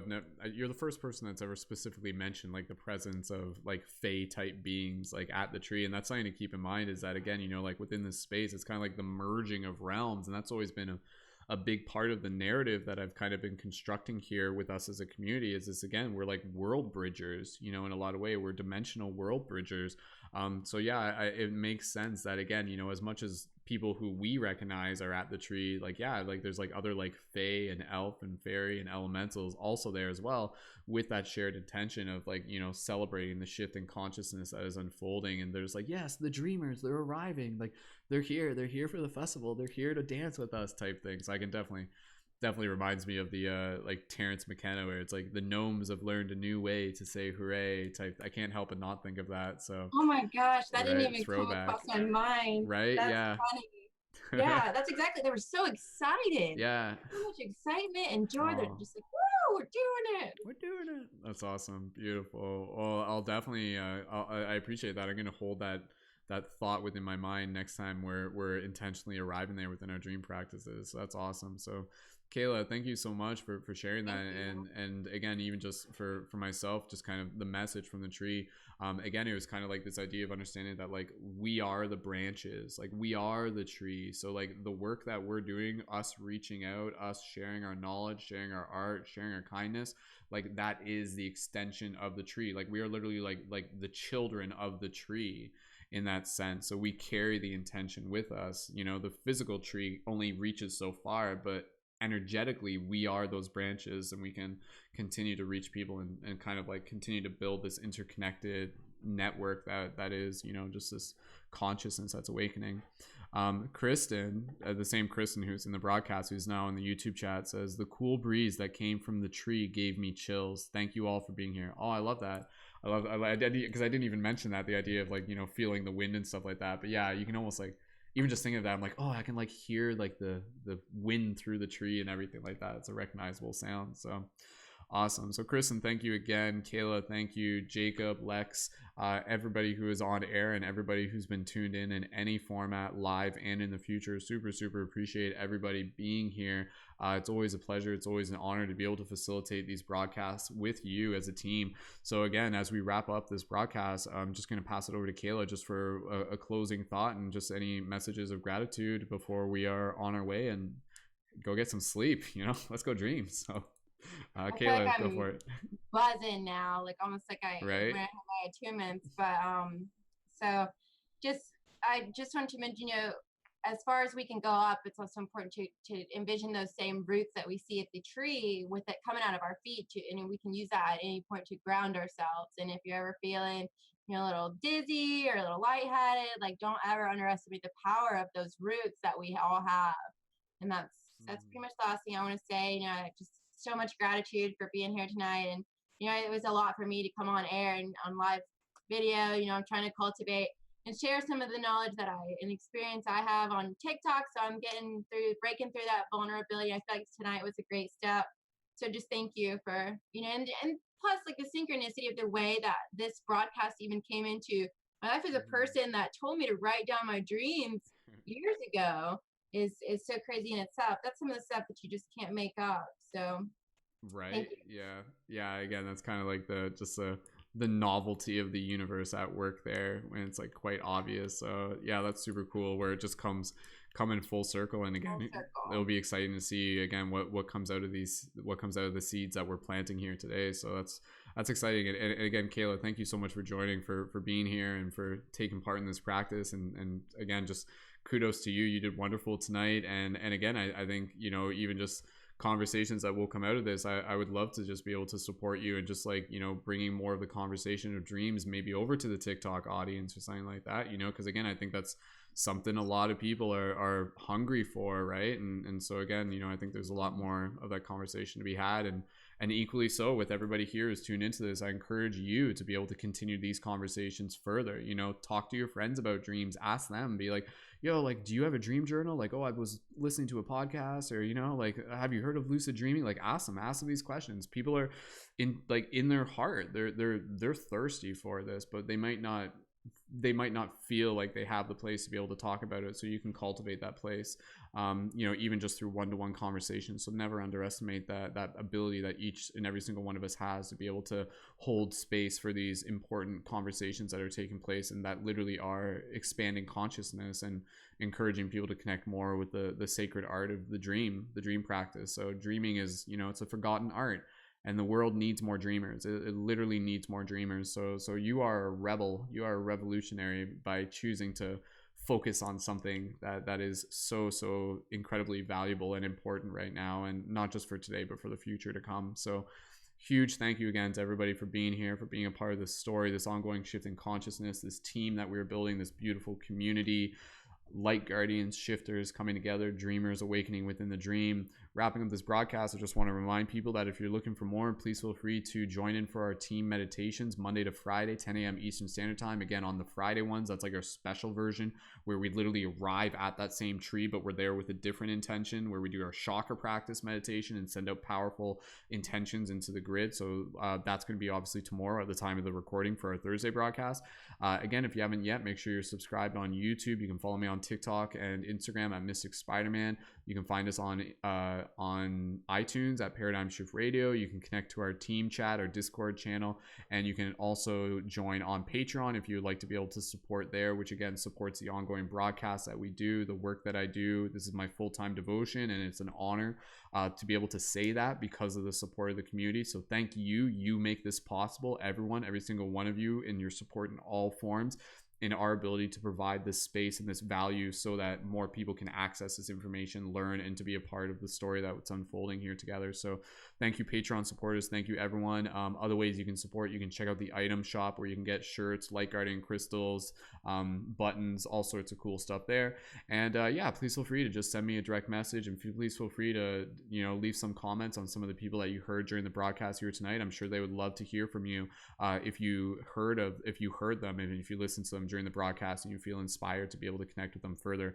Absolutely, please feel free to do that. So with that said, we'll do another dream class probably in about like a month, give or take, a month and a half. We usually have like every so often we do this, and we'll return back and we'll have some more stories to share, and just yeah, we'll take it one step at a time. And thank you everyone again for being a part of this broadcast and being a part of this community. So that said, we're gonna wrap it up. So Kayla, I was about to say, go for it. One question before we go. I've been meaning to ask you. You say about the shop. Does your pendant, does it glow? Yes. Yeah, the light guardian crystals. Okay, because I feel like I saw it glowing. I was questioning whether I was imagining that or if it actually lights up. Oh, it definitely lights up. I have one of them here. Yeah, so here, this is just showing on camera. This is okay. So these are the light guardian crystals that I make, which are also actually used as like dream tools. You can like hold this while falling asleep at night. You can like literally like keep it in your hand and like hold that. But yeah, these are like dope real world items, quest items and stuff like that. But anyways, those are available through the shop. Well, yeah, I saw it glow, and I went on the meditations, and I was like, I've seen crystals like glow, and I'm like, is that? Oh, it's a magic crystal, that's why. So yeah, and again, yeah, shameless plug, Patreon supporters get a discount on those items. So yeah, for those of you who are interested, please, by all means, limited supply on those too. So feel free to check them out while you can. Cool. All right, perfect, awesome. Happy to share one with you. All right, Kayla. Yeah, thank you again, everyone, so much. We're gonna wrap it up here. So Kayla, go ahead and join me in just making some noise and wishing everybody well as we transition into the dream space. So thank you again, everyone. We love you. Good night, everyone. Thank you. Go team. You got this. See you at the dream tree. All right, much love. Thanks again. Keep it shifty.